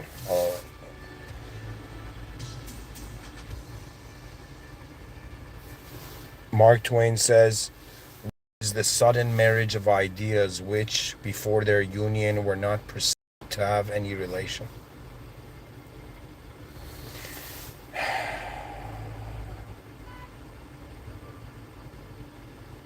Henny Youngman says, some people ask the secret of our long marriage.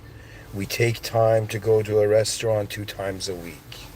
A little candlelit dinner. A little candlelight dinner, soft music and dancing.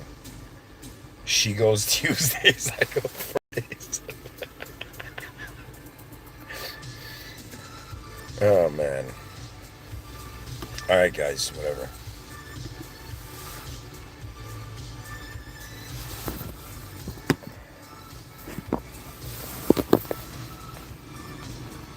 Alright. Let's go back to the title. What can I say? This talk is stretching beyond 2 hours. Yeah, it feels like that. To finalize, I'll say this. I started the lecture being fascinated by how we're all living private lives in the presence of our public lives. And how every person, it's not like they have a secret, they are a secret. Okay? And for me personally, more and more as time has went on, I have started realizing that I have an option of treating people as if they are the impressions I have of them, or I have the option of keeping them touched by an impression. And in other words, being like, okay, I can see if I'm a known being and they're a specifically known self, they're a specific known self, I'm a specific known self, then what sort of specific relationship can happen? But a person can also enter the moment and be like, okay, I am unknown. I'm an unknown being right now, an unknown force. They are an unknown being as well. We're all in an unknown moment.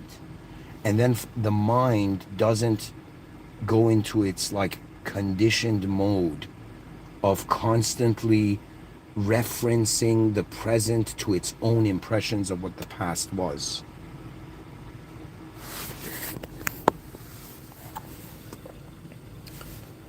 Anyways, in whatever moment we're in, the inner realms are manifesting in the outer realms. The outer realms can be seen as the manifestation of an incomprehensible inner realms. All of it.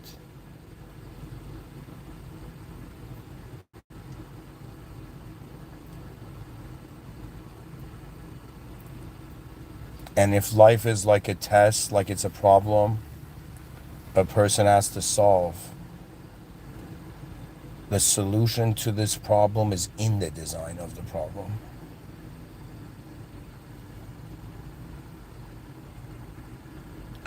Anyways, folks, acknowledge the public outer realms, acknowledge the private inner realms, realize that in the inner realms you have access to perceiving and giving reality meaning in a way that nobody else has, unless you communicate it or try to communicate, but it can never be fully.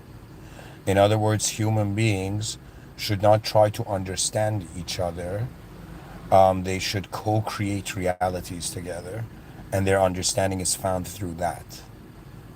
You know, because if people are all different, you have a thesis and then the other person's different, so they have an antithesis, but the only way they can get along is through the synthesis. That means Marriage is for those souls. I'm starting to realize it's for those souls that are ready to experience their moment of being beyond their just their moment. It's all a step into the unknown. From the first day a child like goes to school, first time they ride a bike, everything you're doing is entering the unknown anew and receiving a new formation. That seems the pattern. Now, what changes it, which is what I'm saying, is that it's a known being trying to survive in an unknown world. But what if it's an unknown being using knowledge to survive in an unknown world? The depth of that has its own majesty. We are closer to a living mystery, a living question mark, than a living exclamation point. The fact that the species has been ignoring the unknown to hide in the cave of man-made ideas, man-forged ideas, or man-forged systems. Let us not fear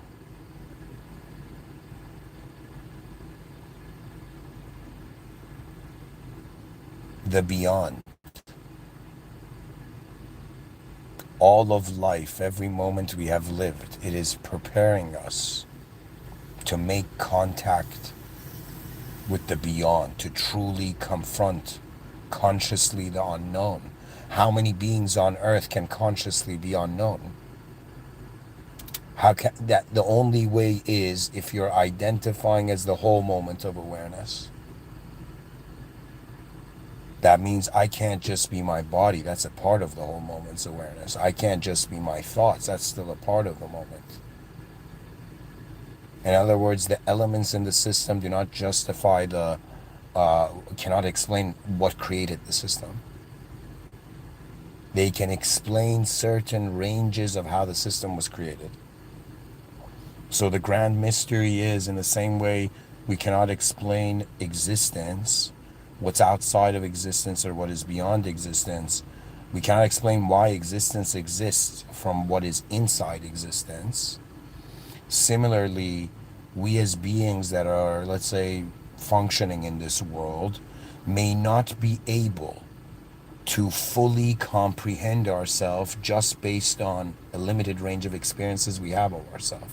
And the true nature, the true depth of what is going on here, in the inner realms, my discoveries have made me more understand it, that it's a field. It's a field of intelligence. We think our minds are individual because our bodies are acting as nodes and as antennas in this field. Okay, the body is a node. So in other words, think of it this way. The body is like a balloon.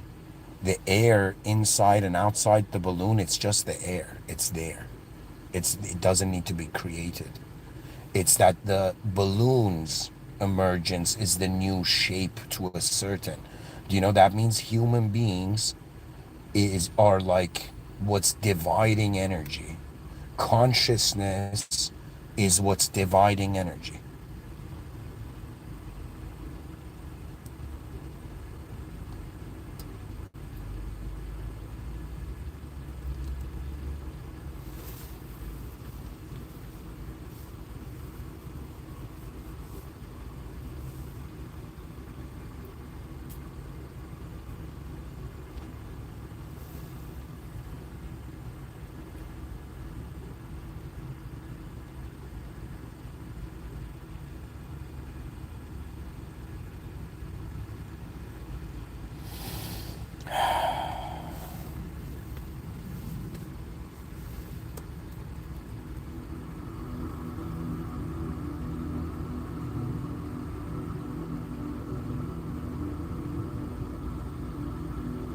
The poet Rumi has this poem where he says, from 800 years ago, out beyond ideas of right doing and wrongdoing, there is a place.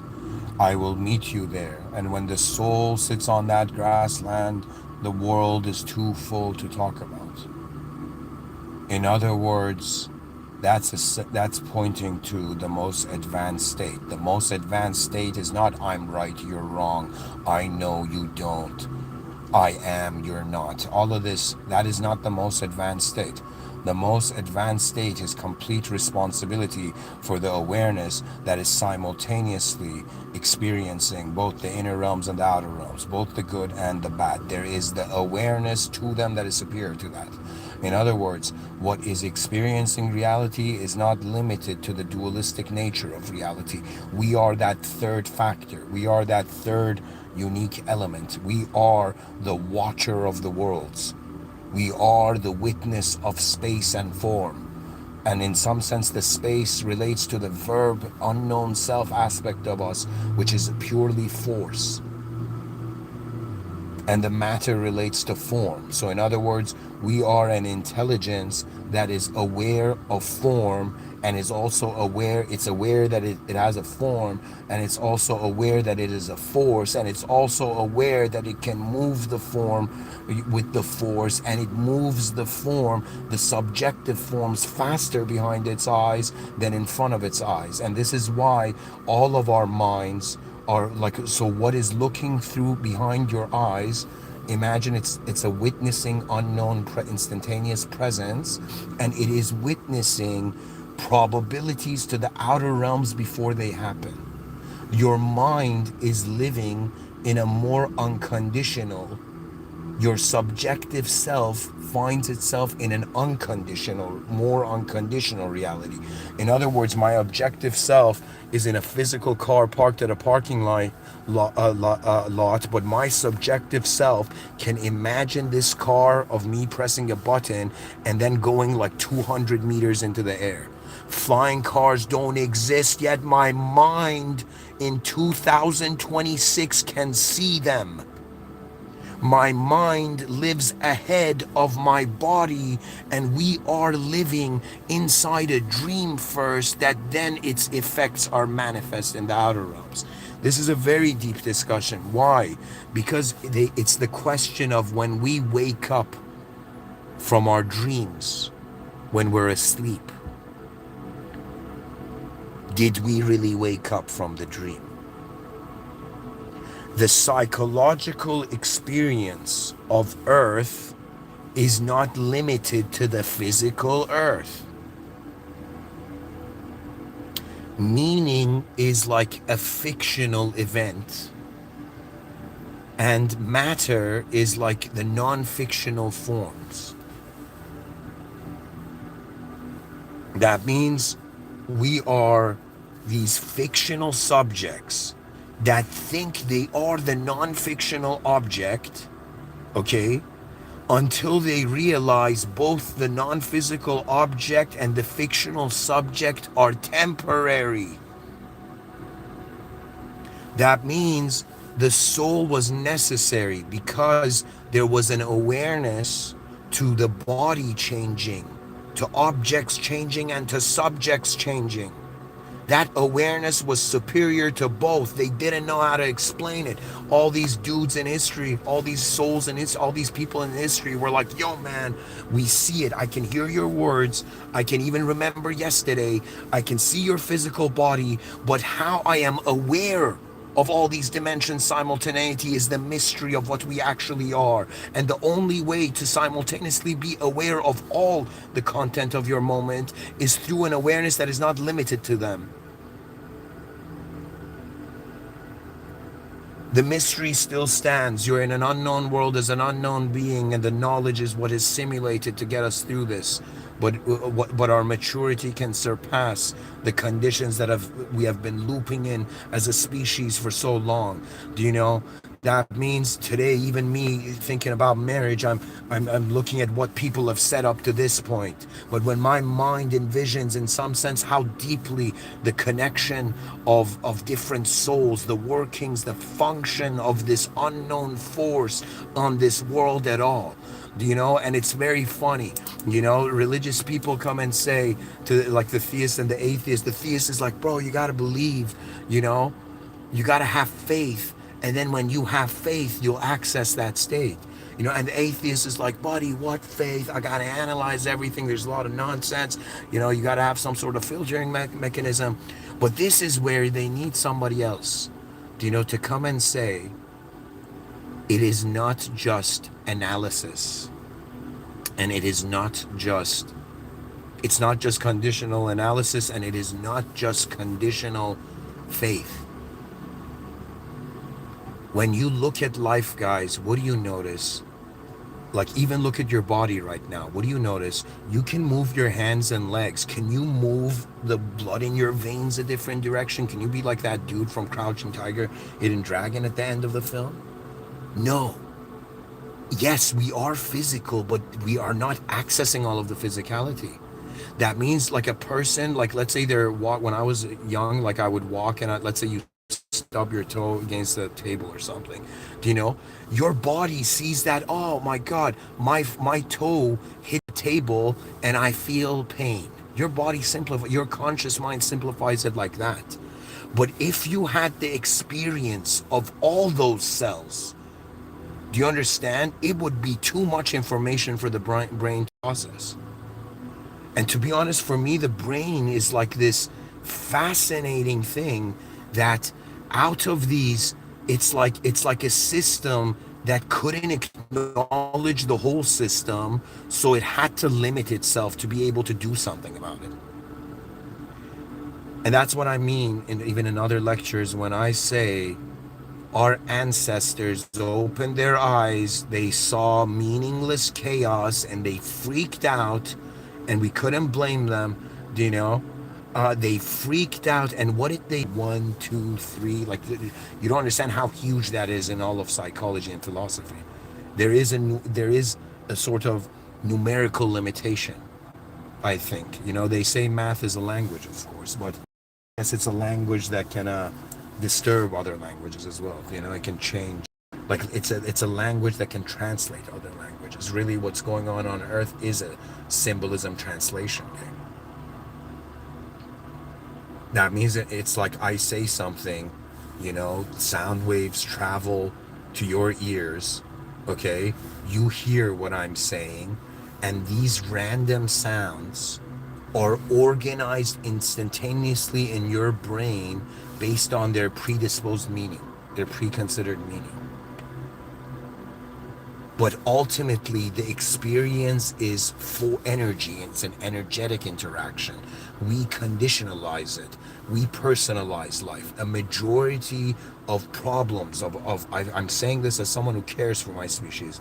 Okay, a problem of all of us throughout the day is the personalizing everything, is limiting everything to the conditions that are only real to us. That means most human beings are missing out on life because they want to see something specific in life. That means I don't know how you can truly appreciate the unknown if you don't realize you're unknown.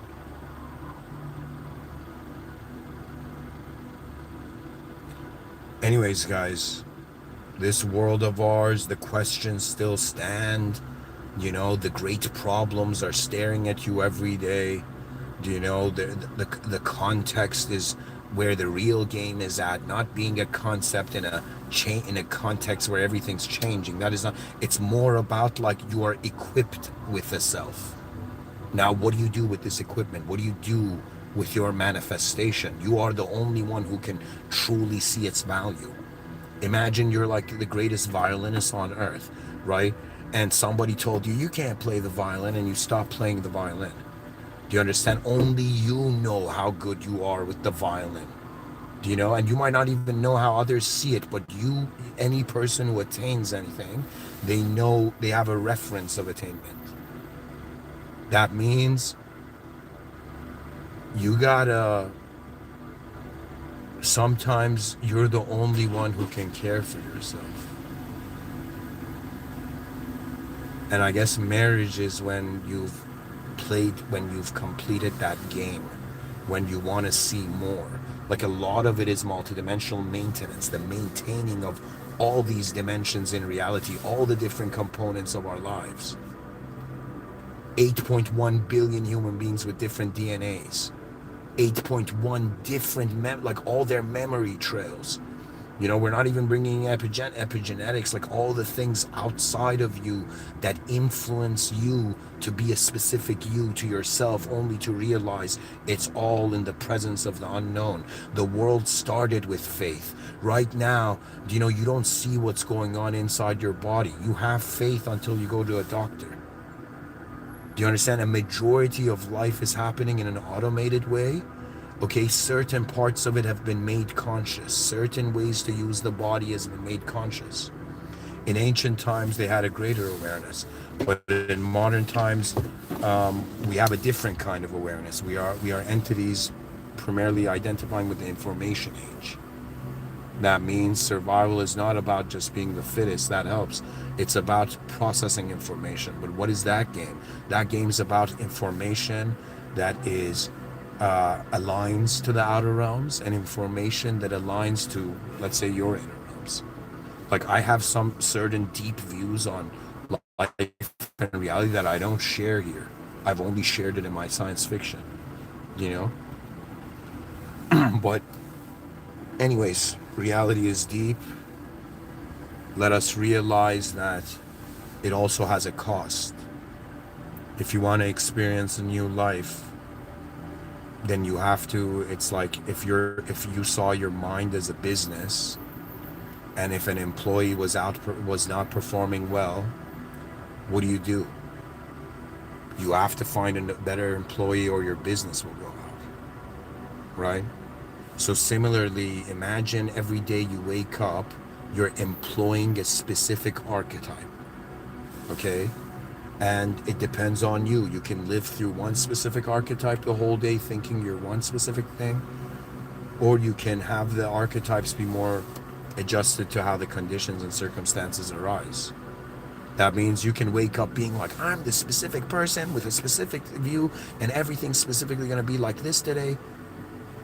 Or you can be like, I have no clue what's going to happen today. I have no clue if I'm going to be dismissed today out of the world. But while I am here, what is the value? And seldom is this said. We don't understand the value of things until they're taken away, you know? And I'm going to say this to the viewers, you guys right now can ask like deep philosophical questions. I will engage. I don't know if I get married, I might not, I have the time,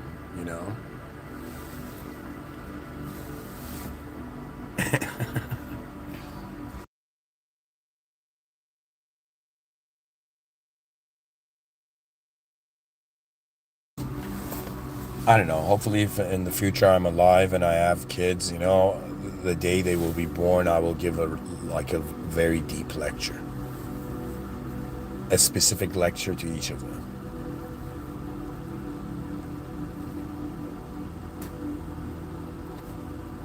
Who knows? Who knows what will happen? Who knows who we will be? But one thing is certain. There's more unknown than known. It will still be unknown. Knowledge is just, it's so fascinating. In the Holy Quran, it says that any bad a person does comes from themselves. They do it to themselves. Any good that comes, it comes from God. And the only way that's like the way I've made sense of that is that the whole world is an advanced place. It is us that deny that. In the same way the poet Rumi said, your task is not to seek and search for love, but it's to get rid of the barriers you have made against it. It doesn't mean you shouldn't search, but it means that it's like a person may want something, but they may not be ready for that thing.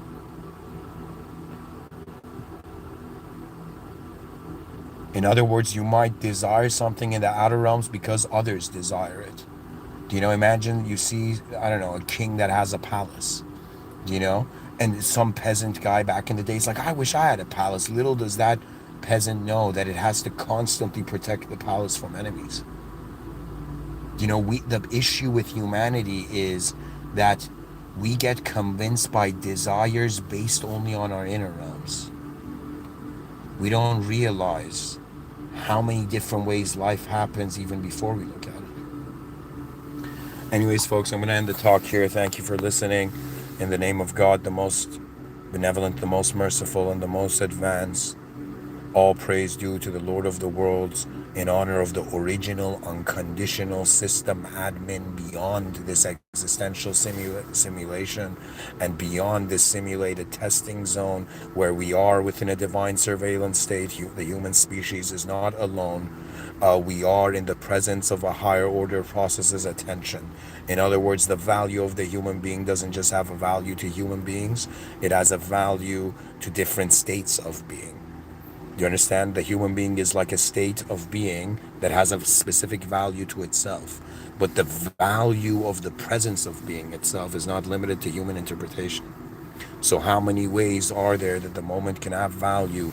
How many ways are there that the moment can be looked at? And perhaps if we just choose to look at things in a specific known way, we are missing all the unknown ways that it could have been looked at. That's what I'm telling you. You know, in the middle of this known life on earth, do not be afraid to give yourself a moment where you can just realize, again, I'll say majesty, the magnitude, the colossal nature of how everything is more unknown than known. It's a choice to live in knowledge. I'm not saying knowledge is wrong. Knowledge is incomplete because our access to the world is incomplete. In other words, my studies have brought me to a point of, before I die, experiencing my unknown self in an unknown moment. I don't know how to say it, there's a kind of healthiness and liberation when you don't have to be a specific idea all the time, to others, to things. And what is freedom? I think it's very hard to be free in this world if you cannot accept and be content with the unknown. Anyways, folks, I'm going to end it here. Thank you for listening. Have a great day.